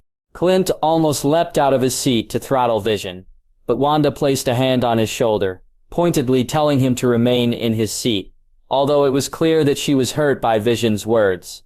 Nearly everyone else looked at Vision angrily as he wondered what the issue was. Even Tony was disturbed by Vision's willingness to keep Wanda a prisoner. You and me, we're gonna have a talk when this is over. Clint growled as he glared at Vision. Wanda pointedly asks Vision what he wants, and he simply says, for everyone to see her as he does.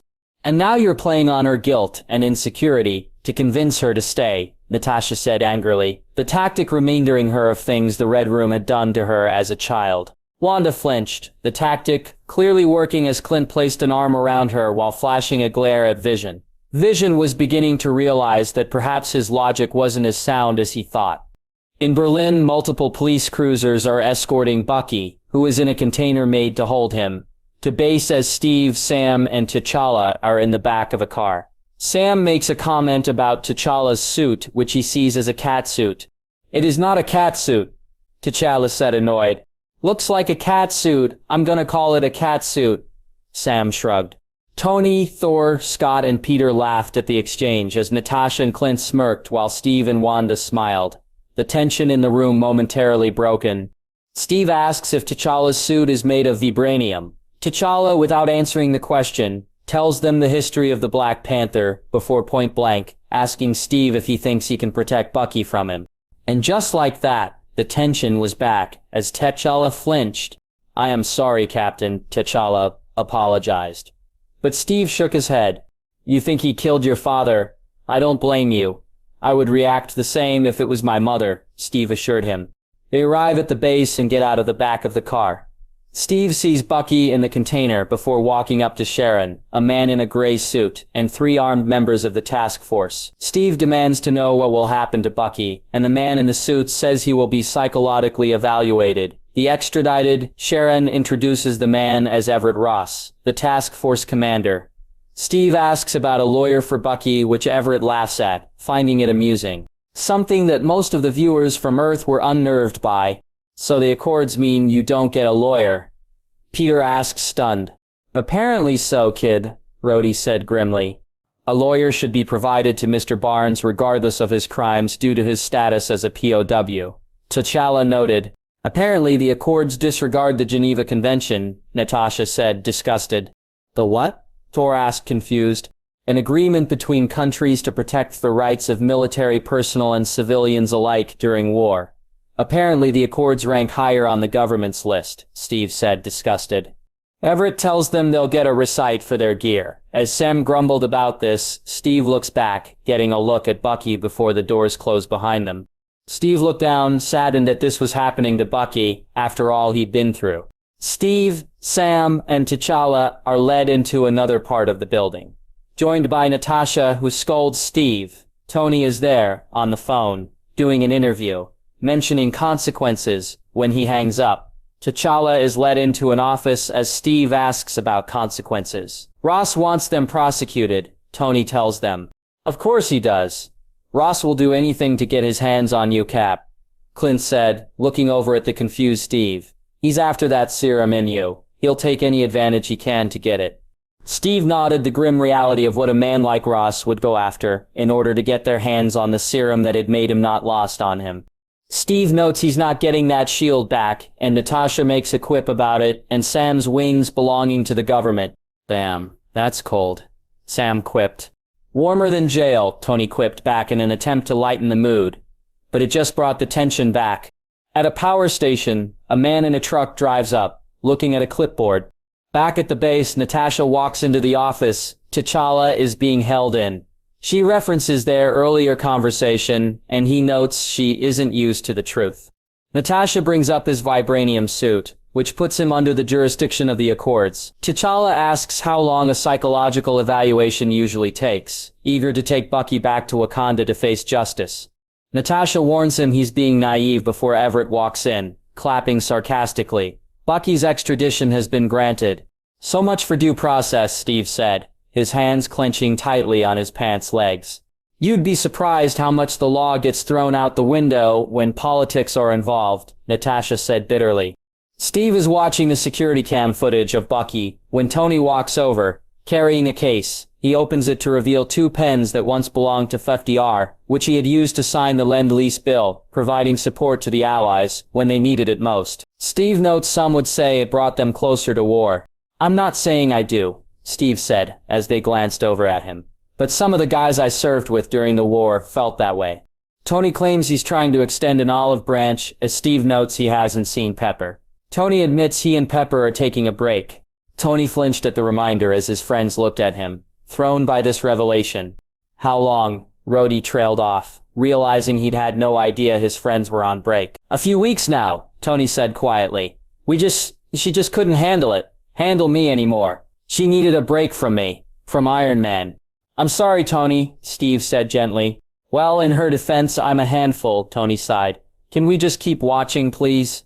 Tony tells Steve about trashing his suits after almost losing her. Then Hydra and Ultron. Tony tells Steve he's never gonna stop being Iron Man because he doesn't want to, and thought the Accords could split the difference. "A document isn't gonna make Pepper come back." "Tony," Natasha said gently, "she fell in love with you, not Iron Man." "I am Iron Man," Tony said, and for once, the words brought him no pride or joy. Tony stands up, musing about how his father had always made things work with his mom. Steve remembers Howard during World War II, and Tony remembers Howard mentioning it a lot during his childhood. Trying to inspire Tony, but just ended up annoying him. "I'm sorry, Tony, I don't mean to make things difficult." Steve apologized. "I know, Cap, and looking back, I probably exaggerate my dad's shortcomings. He mentioned you a lot, but I can see how he was just trying to make me make the most of myself." Now, Tony mused, regretting how he hadn't listened more to Howard growing up, too. Steve apologizes for making things difficult, and Tony responds with a sarcastic quip. Steve explains that he can't just stand back and watch as something that he sees as wrong happens. Sometimes he wishes he could, Steve says, but Tony knowingly says he doesn't, and Steve admits it. Tony admits sometimes he'd like to slug Steve, but he doesn't want to see him gone because the world needs him. Tony tries to bargain that if Steve signs, it will make it all legit. Transfer Bucky to a psyche center instead of a prison in Wakanda. "Wait, didn't Ross, the other Ross, already give Barnes over to you?" Scott asked as he glanced over at T'Challa, who nodded. "He did," T'Challa confirmed. "Maybe you didn't know," Rhodey suggested as he looked over at Tony. "Maybe," Tony said, although he was doubtful, considering everything he'd done up to now had confused and disgusted him. Steve picks up the pen, saying there would have to be safeguards if he agrees. Tony seemingly agrees, saying they can amend the accords later. "I'm lying to you, Cap," Tony said softly, shame filling him as Steve looked over at him. "If I've already signed, there's nothing I can do to get the accords amended or help Barnes. I don't know what's wrong with me. I'm so sorry." Steve didn't know what to say, and even Scott, who had heavily disliked Tony before meeting him, didn't have the heart to say anything with how low Tony looked. Tony mentions getting Steve and Wanda reinstated, causing Steve to ask about Wanda. Tony admits she is being held at the compound, angering Steve. Tony defends it as protecting Wanda, to Steve's disbelief and disgust. "Those who sacrifice freedom for security deserve neither. One of your presidents said that, I believe," T'Challa mused. "Benjamin Franklin actually," Steve said as Tony grew more and more disgusted with his on-screen self. Steve accuses Tony of subjecting Wanda to internment, but Tony defends it as Wanda is not a U.S. citizen, and the government doesn't grant visas to weapons of mass destruction. "Weapons of mass destruction? Are you serious, Tony?" Clint finally snapped, glaring at Tony. "You would know a lot about weapons of mass destruction, considering you fly around in one," Wanda hissed, shuddering in anger, and Tony flinched. "I know, okay, I know. Like I said, I don't know what's going on with me. I'm sorry. I wish I could make him see that what he's doing is wrong, but all I can do is not repeat his mistakes. Okay, I'm sorry for what he said and did to you, but I can't change that," Tony said as he looked over at Wanda. Wanda could feel his sincerity, and after a moment, nodded. She did not forgive. She had never truly gotten over the death of her parents, and that it was his irresponsibility that allowed that, but she would allow him to earn her forgiveness, provided he learned from past sins. Steve and Tony continue to argue, Tony insisting he's trying to protect them from something worse. Steve scoffs, giving the pen back before walking into the office. Sam is being held at. "Oftentimes, those who do wrong see themselves as the hero of the story," T'Challa said gently, and Tony flinched. Steve watches the security cams as the psychiatrist sits down with Bucky, who is still restrained by the container. Sharon walks into the office and gives Sam the receipt for his wings. Sam is offended his suit is described as a giant bird costume. "Giant bird costume," Sam exclaimed, offended, and the tension broke as snickers and laughs broke out in the room. Sharon turns the monitor in the office on so Steve can see and hear what's going on in Bucky's evaluation. Steve gives Sharon a grateful look as Natasha watches from outside. The psychiatrist addresses Bucky by James, but Bucky gruffly tells him he is Bucky. Steve closed his eyes, the emotions hitting him hard. If there was any doubt left in him, it was gone. This was truly Bucky, not the Winter Soldier. His best friend was back. At the power station, the man in the truck honks the horn, making a man come out. The delivery man gets out of the truck and opens the back, revealing 2 crates. They take it, putting on the ground, and the delivery man makes the other man sign for it. Back at the base, Steve is looking at the photo of Bucky, asking why it would be released by the task force. Steve realizes that Bucky is being set up to be flushed out. Sam argues that they had looked for him for 2 years with no success, but Steve points out they hadn't bombed the UN. Sharon points out that that just guarantees the task force would get Bucky, and the realization hits them. "Oh shit," Scott said, as it hit all of them, as well. Zemo, he's the psychiatrist. This whole thing has been about getting Barnes there, Natasha realized. "But why?" Steve asked, his mind racing. "I believe we are about to find out," Thor noted. "How did Zemo even get past the security?" Peter asked. "Either he's that good or they are really bad at their job," Tony noted. With Bucky, Zemo is casually asking about Bucky's past. Bucky refuses to talk about it, but Zemo assures him they only have to talk about one, as he gets a text, telling him the package has been delivered. At the power plant, the worker has opened the crate to reveal the bomb. To his confusion, the EMP goes off, frying the plant. An EMP at a power plant. He wants to knock out the power so they can't watch the integration, Clint realized with dread. At the base, the power goes out as everyone looks around in confusion. Steve looks at Sharon and she tells him where Bucky is at. He and Sam take off as T'Challa watches in confusion. With Bucky and Zemo, Bucky demands to know what is happening. Zemo says he wants to discuss Bucky's home as he pulls out the red book. Zemo begins saying the words from the beginning of the recording as Bucky begs for him to stop before crying out in pain. Bucky used his strength to break his restraints, desperately pounding on the side of the container as Zemo continues to say the words. Zemo finished as the side of the container flies off, Bucky finally breaking free, but it no longer Bucky but the Winter Soldier, ready to comply. "Bucky," Steve said softly, tormented by how his best friend was continuously used, first by Hydra, now by Zemo. Zemo demands the mission report of December 16, 1991. What is it about that date? What is so important about that day? Rhodey wondered, but no one had an answer. Not long after, Steve and Sam walk in, seeing the guards on the floor out cold. Zemo is on the ground, playing the part of the psychiatrist. Steve walks up and picks up by the collar, slamming him against the wall as he demands to know what Zemo wants. Zemo simply says to see an empire fall. "An empire fall? What does that mean?" Sam asked, confused, but once again, no had an answer. Steve's interrogation is interrupted as the soldier jumps out, lunging for Sam. Sam barely dodges the robotic arm, which hits the wall instead. They exchange a few blows before the soldier grabs Sam by the neck and throws him into the container. Gazing him, "I'm gonna be feeling that in the morning," Sam said dryly. The soldier then goes after Steve, swinging at him with his robotic arm.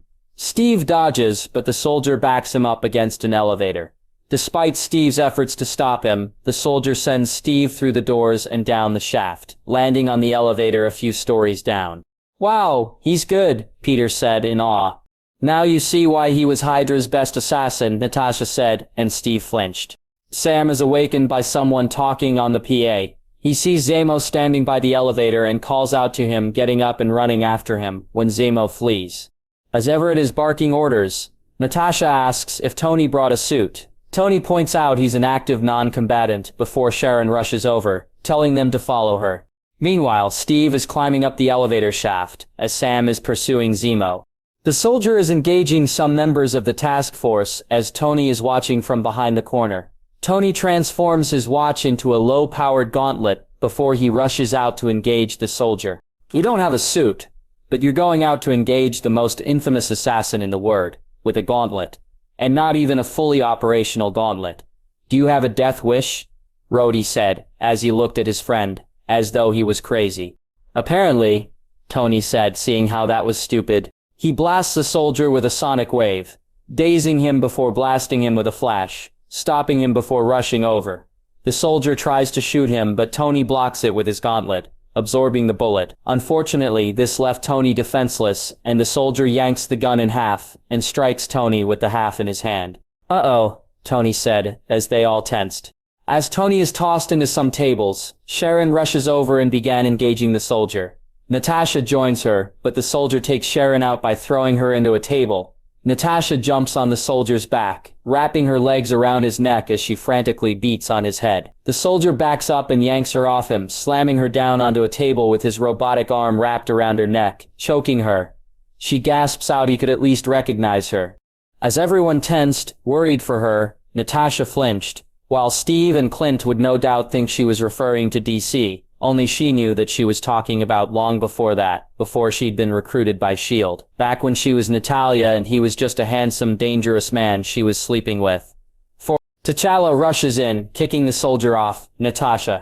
Thank you, Your Highness, Natasha said gratefully, and T'Challa nodded. The soldier and T'Challa exchange a few blows before the soldier landed a solid hit with his robotic arm. T'Challa was sent flying back but landed safety on the floor.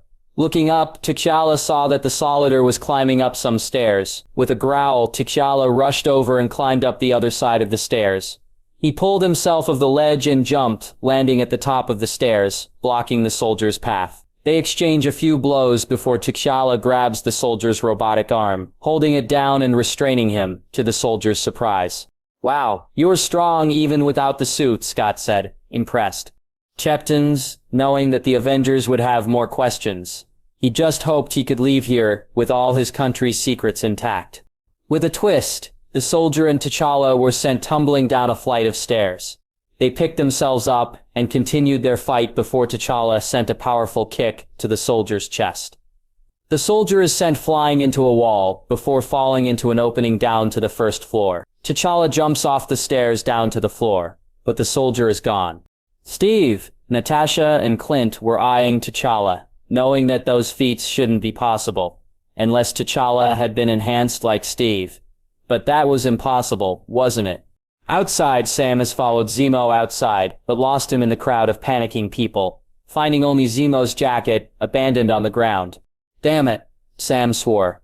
It showed how tensed things in the room were that no one joked about Sam swearing or scolded him for doing it in front of Peter. On the roof, the soldier has gotten into a helicopter, preparing to take off when Steve bursts through the door to the roof. Steve rumps onto the landing pad as the chopper begins to lift in the air. Steve grabs onto it, trying to stop it from taking off. As it begins taking off with him hanging, Steve grabs onto the ledge of the landing pad, pulling the chopper back with his other arm.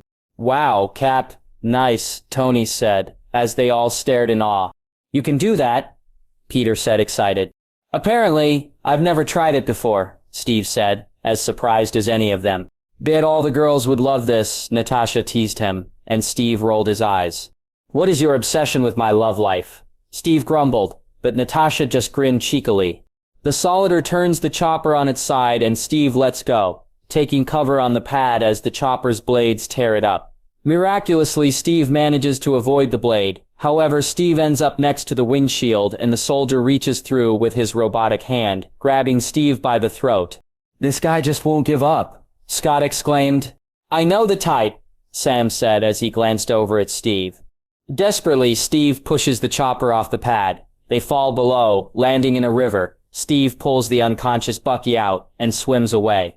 Looks like you two have come full circle, Natasha joked, and Steve nodded. Yeah, but now what? Rhodey asked. Only one way to find out, Steve said, as the recording continued. At an airport, Zemo is listening to a voice message from his wife. He is clearly affected by it, as pain shows on his face. A wife. A son. Something happened to them, Steve noted. A lot of people died when Ultron attacked Sokovia, Natasha pointed out, and Tony and Wanda flinched.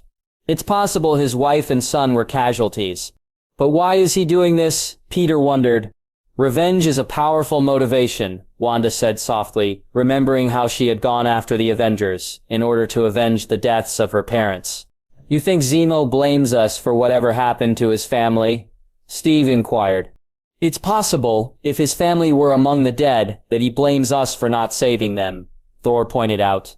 And as the little witch said, revenge is a powerful motivation. He ends the message, and here's a news report on Bucky's escape, and Steve and Sam being reported as missing before getting up.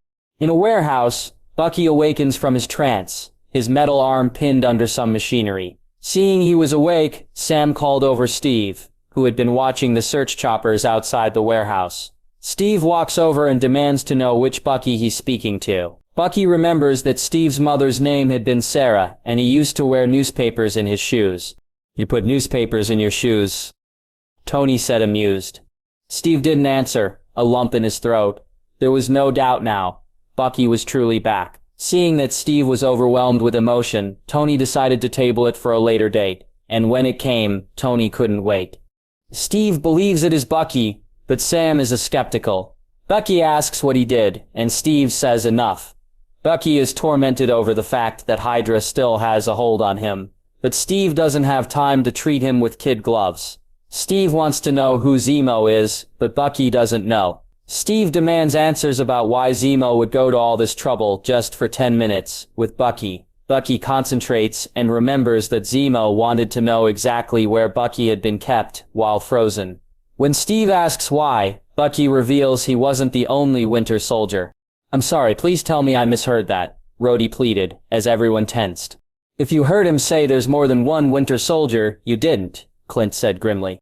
"Good God, one was bad enough," Sam muttered, remembering how dangerous Bucky had been. The recording shows the scene at the beginning, again, of the Winter Soldier attacking the car and taking the case full of liquid packets. The scene then changes back to Siberia, where 5 people are injected with the contents of the packets. One of them, a man, screams in agony as he is thrown in a cell. The door is closed behind him, and the Hydra operative, the man Zemo had killed earlier in the recording, sits down, ignoring the man's screams until he stops. He gets up and opens the door, revealing the man now sitting on his bed calmly. "Okay, what is in those things?" Rhodey wondered, disturbed by what they were seeing. But no one had an answer. "Whatever it is, they certainly went to great lengths to acquire it," T'Challa noted. "And Hydra doesn't go to all this trouble for nothing. Whatever it is, it was worth sending Barnes after," Clint noted uneasily. The scene changes to the man engaging the Winter Soldier in training. The man is able to grab the soldier's metal arm, restraining him and throw him across the room with ease. The Avengers, especially those who had faced Bucky and DC, were horrified. If these other Winter Soldiers could beat Bucky like that, then things were really bad. And if Zemo could get his hands on these people, horrified, didn't even begin to cover how they were feeling. However, Hydra is ultimately unable to control them, causing a rampage in the room, and the soldier is forced to get the Hydra operative out of there. "Well, I guess you learned why Dr. Frankenstein feared his monster," Clint muttered. "Who?" Thor asked, confused. "A character in a book. A scientist creates a monster, is terrified by it, and the monster escapes before murdering his brother and fiancé. The scientist dies trying to kill the monster, and the monster decides to kill itself once he dies," Natasha explained, and Thor nodded in understanding. In the present, Bucky explains that those 5 were Hydra's most elite death squad, with more kills than anyone in Hydra history. Even him, and that was before they were injected. Steve wants to know if Zemo could control them, and Bucky confirms he can. Steve remembers Zemo's words about seeing an empire fall, and Bucky says these 5 could make it happen, able to take down an entire country in a single night. "This just keeps getting worse and worse," Sam muttered. "If Zemo gets his hands on those 5, the loss of life could be unimaginable," Steve said as they all shivered at the thought. "Then once we get back, we find him and stop him before he can get to Barnes," Tony said, and it was a plan everyone seemed to agree with. Sam walks over to Steve, and they quietly note that, even if Tony believed them, the Accords would not let him help. Tony flinched, cursing himself for his stupid decisions, while Steve cursed himself for not stopping to tell Tony when it would have helped. Steve notes they're on their own, but Sam disagrees, claiming he knows a guy. Sam smirked, figuring out what he was planning as everyone else wondered who Sam is talking about. At the base, Tony and Natasha are in a meeting with Ross. Tony is tracking Steve, but Ross is forbidding Tony and Natasha from handling it, claiming they cannot be objective. Ross is assigning Special Ops the case. Natasha demands to know if they plan to kill Steve, and Ross says if provoked. "Meaning they'll be ordered to kill you," Natasha said, and Steve nodded. "Ross has been after the serum for too long, and I imagine if I die, it won't be long before my body somehow disappears. So Ross can run his experiments. Try to extract the secret of the serum from my body," Steve said grimly as everyone shivered at the image. "Are we sure Ross isn't Hydra?" Sam wondered. "Wouldn't surprise me, but it's not something we can prove," Clint grumbled. "How did a man like Ross end up in such a position of power?" T'Challa wondered. "He knows the right people who owe him favors," Rhodey said grimly. Ross points out if Steve had not interfered, Bucky would have been killed, and no one else would have died. Steve flinched, acknowledging that was true as Sam put a hand on his shoulder for support. If they would have done their jobs and properly vetted Zemo, he wouldn't have gotten inside and no one would have died, Natasha said angrily. It's Ross, what do you expect? Clint asked grimly. Secretary Ross does seem to blame others for his own mistakes, Vision noted. Tony argues that the special ops team won't be able to handle it, almost begging to let him and Natasha handle Steve. Ross is skeptical until Tony makes it clear he's not going to talk to Steve this time. Ross gives Tony 36 hours to bring them all in before walking off. 36 hours. God, Zemo really planned this out. As far as supervillain plans go, it's pretty good. Tony sighed as the situation hit them all. He must have a contact involved with the Accords. He timed it perfectly. He won't be easy to stop, that's for sure. Clint noted. Natasha notes they are understaffed, with Tony wishing Bruce were there. And you really think Banner would be on your side with Ross involved? Clint said, almost laughing, as Tori winced. No, I'd imagine Hulk would probably come out at that point and it wouldn't be pretty, Tony said, shivering as he imagined what Hulk would think of that. Natasha doubts Bruce would be on their side. Tony and Natasha both have an idea. Natasha's being T'Challa. She asks what Tony's idea is. The scene changes to Queens. In an apartment, Peter walks out of the elevator, a DVD player in his hands. Hey kid, it's you, Sam noted. Peter tensed, something Wanda and Clint noticed.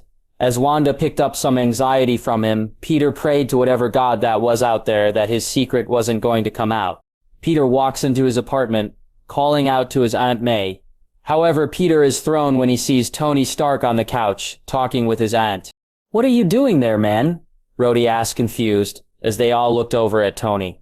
I don't know, Tony said, confused as he wondered what his idea was. Unseen to everyone, Pete had dropped his head into his hands, thinking he was exposed as Wanda and Clint eyed him concerned. Are you okay, kid? Clint asked, but Peter just grumbled something that sounded like leave me alone. Tony mentions that Peter applied for a grant with the September Foundation. It is clear Peter has no clue what he is talking about, but plays along. Peter becomes uncomfortable when May mentions Peter keeping secrets from her. Okay, seriously, what are you doing there? I mean, you said you had an idea, and now you're spinning a web of lies about this kid, Rhodey said, confused as they looked back and forced between Peter and Tony. Like I said, I don't know, Tony said, annoyed. When I find out, you'll be the first to know, and I'll send you a postcard. Tony charms May into letting him have 5 minutes alone with Peter. Once in Peter's room, Tony spits the walnut meatloaf he had praised moments before into a trash can. Tony then takes a look around the room, noting the out-of-date computers. Peter says he looks through trash for it, and Tony calls him a dumpster diver. I'm not a dumpster diver, Peter said as he flushed. You go through trash, kid, you're a dumpster diver, Sam said, and Peter sighed.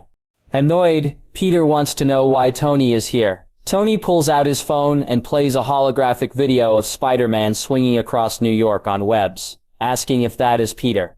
Everyone turned to stare at Peter, who wasn't looking at any of them. His behavior was proof enough that it was true. You're the Spiderling? Tony asked, stunned. The Spider-Man, Peter mumbled, but they all heard him loud and clear. How does a kid end up fighting crime? Natasha asked, her mind whirling as she wondered how someone who seemed to have a pretty normal life ended up a vigilante. I went a field trip with my class to Oscorp. Peter sighed as he lifted his head, not looking at them. They were working on these genetically modified spiders. One got out and bit me. The next day, I woke up without needing glasses and able to bench press my desk. Why are you doing this, kid? I mean, I'm guessing you didn't wake up and decide to become a superhero, Sam noted, and Peter flinched. No, Peter admitted. If the bad things happen and you can do something about it, but you don't, then they happen because of you.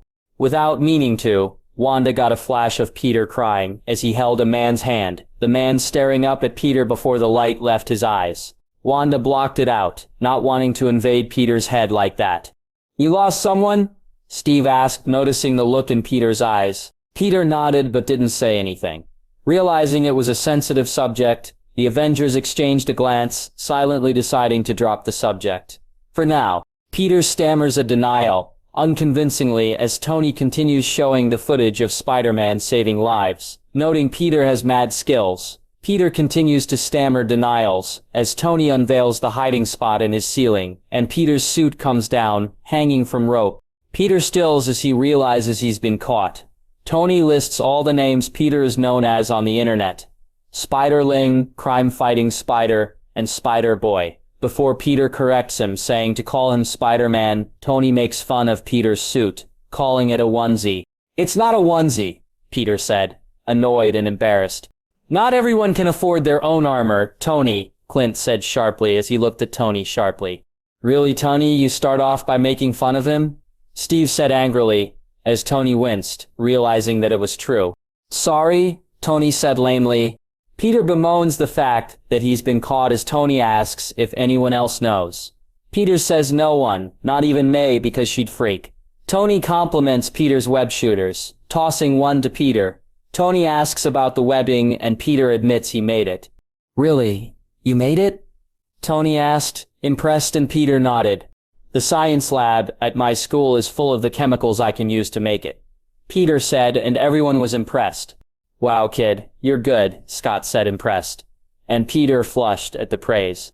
Peter starts to explain about how he got his powers, but Tony cuts him off, uninterested, as he observes Peter's suits, specifically the goggles. He makes fun of them before an annoyed and embarrassed Peter yanks it out of Tony's hands. "And there you go with making fun of him again," Wanda said angrily, and Peter flushed, embarrassed. As Tony looked away, acknowledging that it wasn't okay, Barton mused from the lab that Tony seemed like a completely different person with Morgan than with Peter. Peter explains. Since he got his abilities, his senses have been kicked into overdrive and the goggles help him focus. Tony says Peter needs an upgrade. "My God, Tony," Steve said, shocked and disgusted as they all put it together, why Tony was really there. "You're gonna drag a kid into this?" Clint demanded, furious at the thought of Tony involving someone who wasn't much older than Cooper was. "What is wrong with you, man?" Scott likewise was angry that a child would be involved. Natasha glared daggers at Tony, memories of the Red Room and all she had endured there surfacing. T'Challa likewise was angry that Tony would make Peter a child soldier, something he had seen far too much of, as Sam and Rhodey stared at Tony, disgusted. "Have you sunken so low, Stark, you would involve a child?" Thor asked angrily, wishing he had his hammer right now. Tony was simply too stunned to reach, shocked he would involve someone so young in this kind of conflict. How low had he sunk, he wondered, disgusted with himself. Peter sits on his bed, and Tony asks why he's doing this. Peter explains that he's had his powers for 6 months, and while he'd love to use his powers for selfish reasons like football, people would notice if he could suddenly score a touchdown when he couldn't before. If you can do these things, but you don't, and bad things happen, they happen because of you. Peter says. Steve looked over at Peter silently, reminded of his desire to help his country in the war. Peter reminded him a lot of himself, when he was younger. He mused. Wanda, likewise, remembered her desire to stop the invasions in Sokovia, and Hydra's lies that they would help her, and Pietro stopped the invasions. Tony calls this looking out for the little guy. In the lab, Fitz and Barton exchange a glance.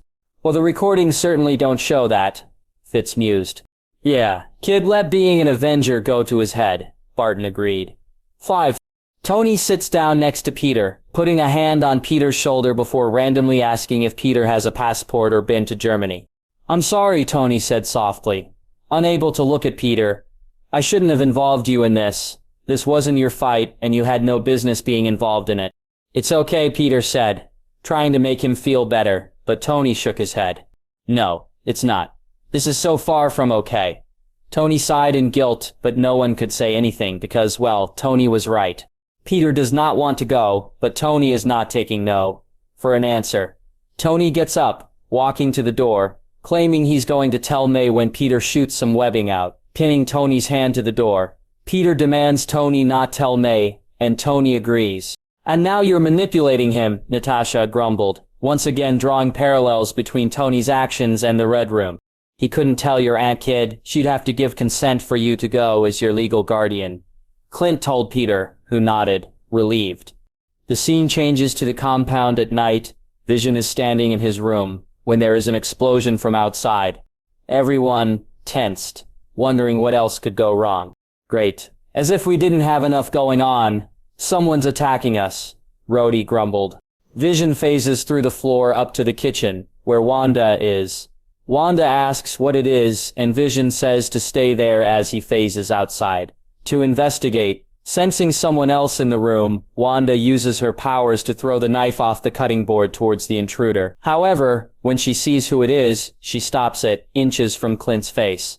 "Oh my God, I'm so sorry," Wanda said, horrified but was surprised by the proud smile that crossed Clint's face. "Don't be. If I was the enemy, you would have stopped me before I could do anything to hurt you or Vision." "You did good," Clint said, and Wanda blinked, surprised but pleased at the praise.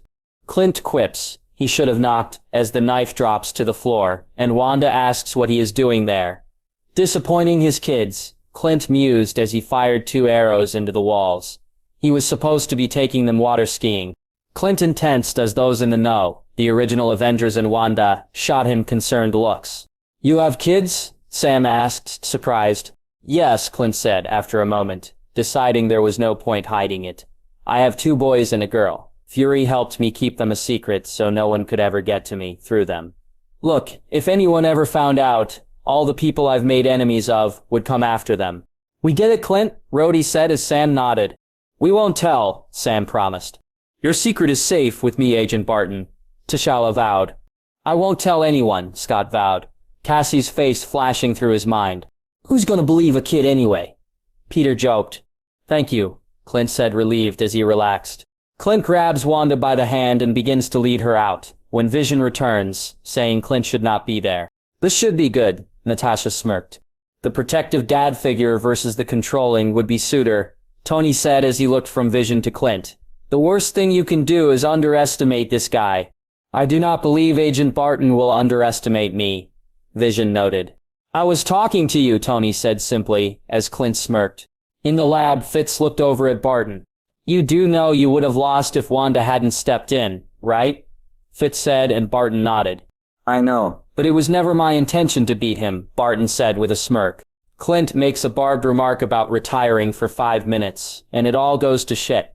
Vision pleads with Clint to consider the consequences of your action, but Clint does not yield, and Vision is electrocuted by the arrow. Clint shot into the counter. "Told ya," Tony said, as Clint smirked. "I still have nightmares about the incident with the peanut butter." "What incident?" Peter asked as the original Avengers and Rhodey began laughing. "I'd rather not say," Tony said sheepishly. "I'll tell you," Natasha said, as Tony looked at her sharply. "You promised," Tony pleaded.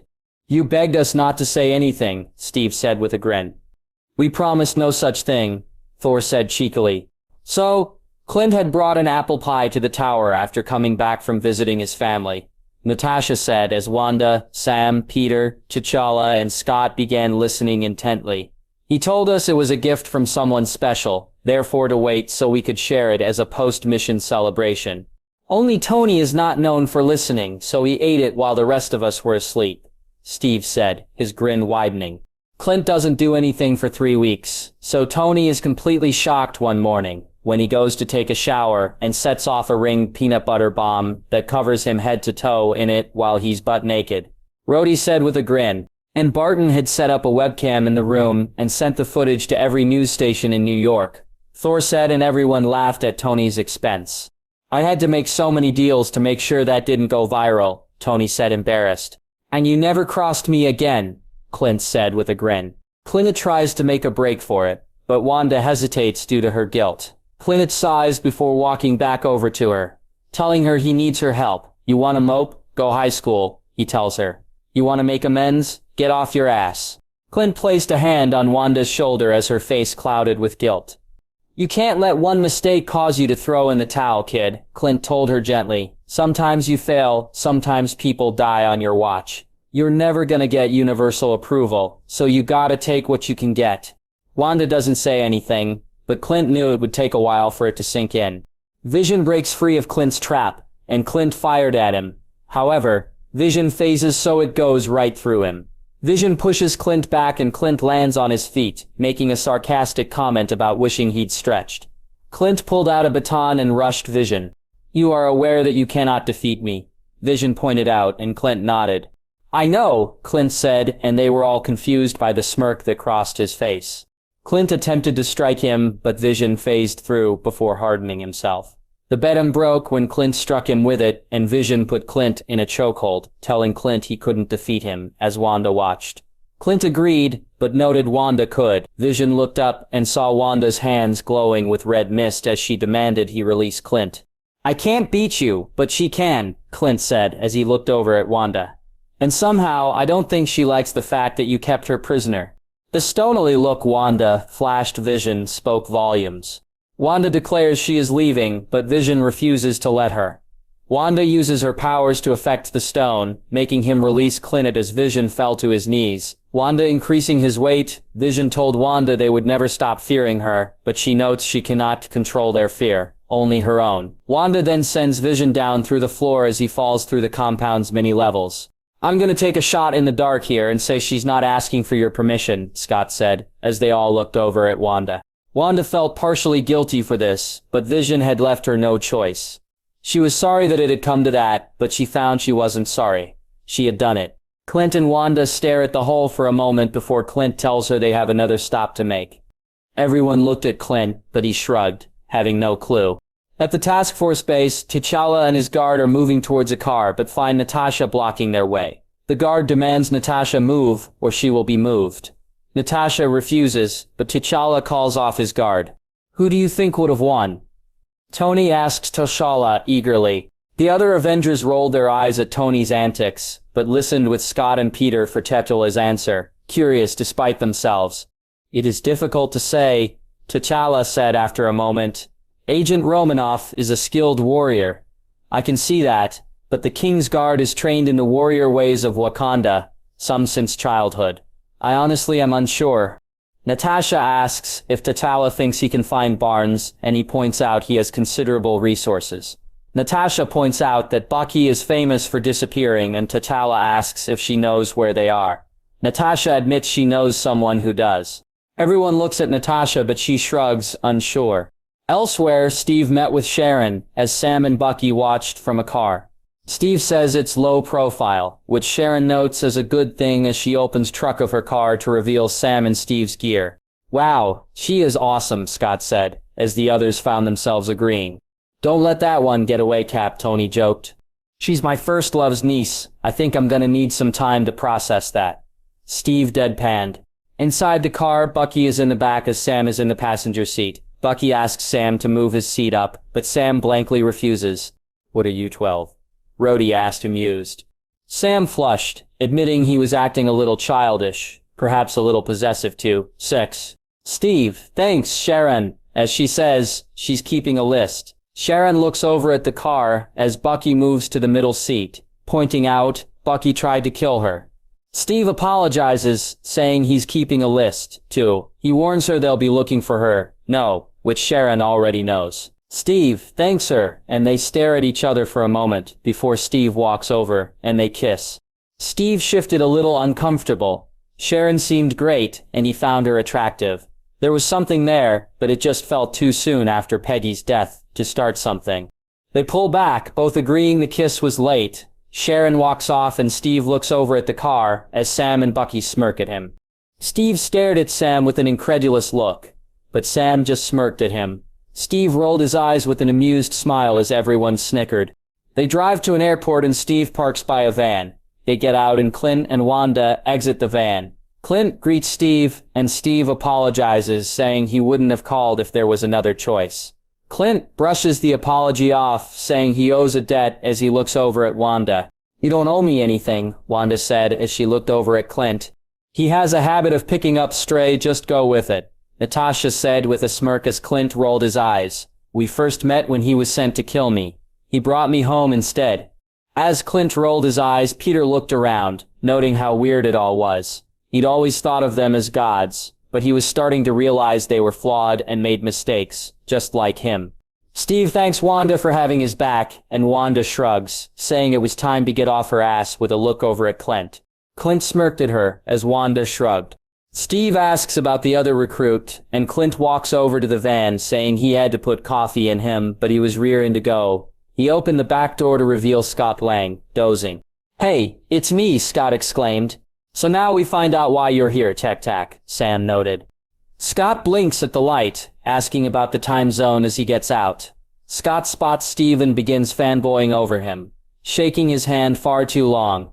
He drops it and looks back at Wanda, complimenting her by calling her great.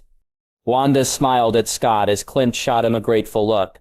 Throughout this whole recording, all Wanda had heard was how everyone feared and hated her. It was about time she heard something positive. Scott places his hands on Steve's shoulder, as if to reassure himself. This is happening. As Steve stands still fighting amusement, as Scott stammers thanks for thanking of me. Is this as embarrassing as it looks? Scott asked, flushing. Much worse, Clint said with a smirk, and Scott groaned, as everyone else laughed at his expense. Steve asks what he's been told, and Scott notes it was about some psycho assassins. Steve warns him they'll be outside the law on this mission, which is nothing new to Scott. Bucky says they should get moving, and Clint says he has a chopper for them. However, alarms blare as the PA system goes off, a man saying something in German. Bucky translates, saying the airport is being evacuated. Looks like you found us, Steve said as he looked over at Tony, who winced. Which just made your job a lot harder, Tony muttered. I must have tracked Sharon, which led us to you, Natasha realized in guilt.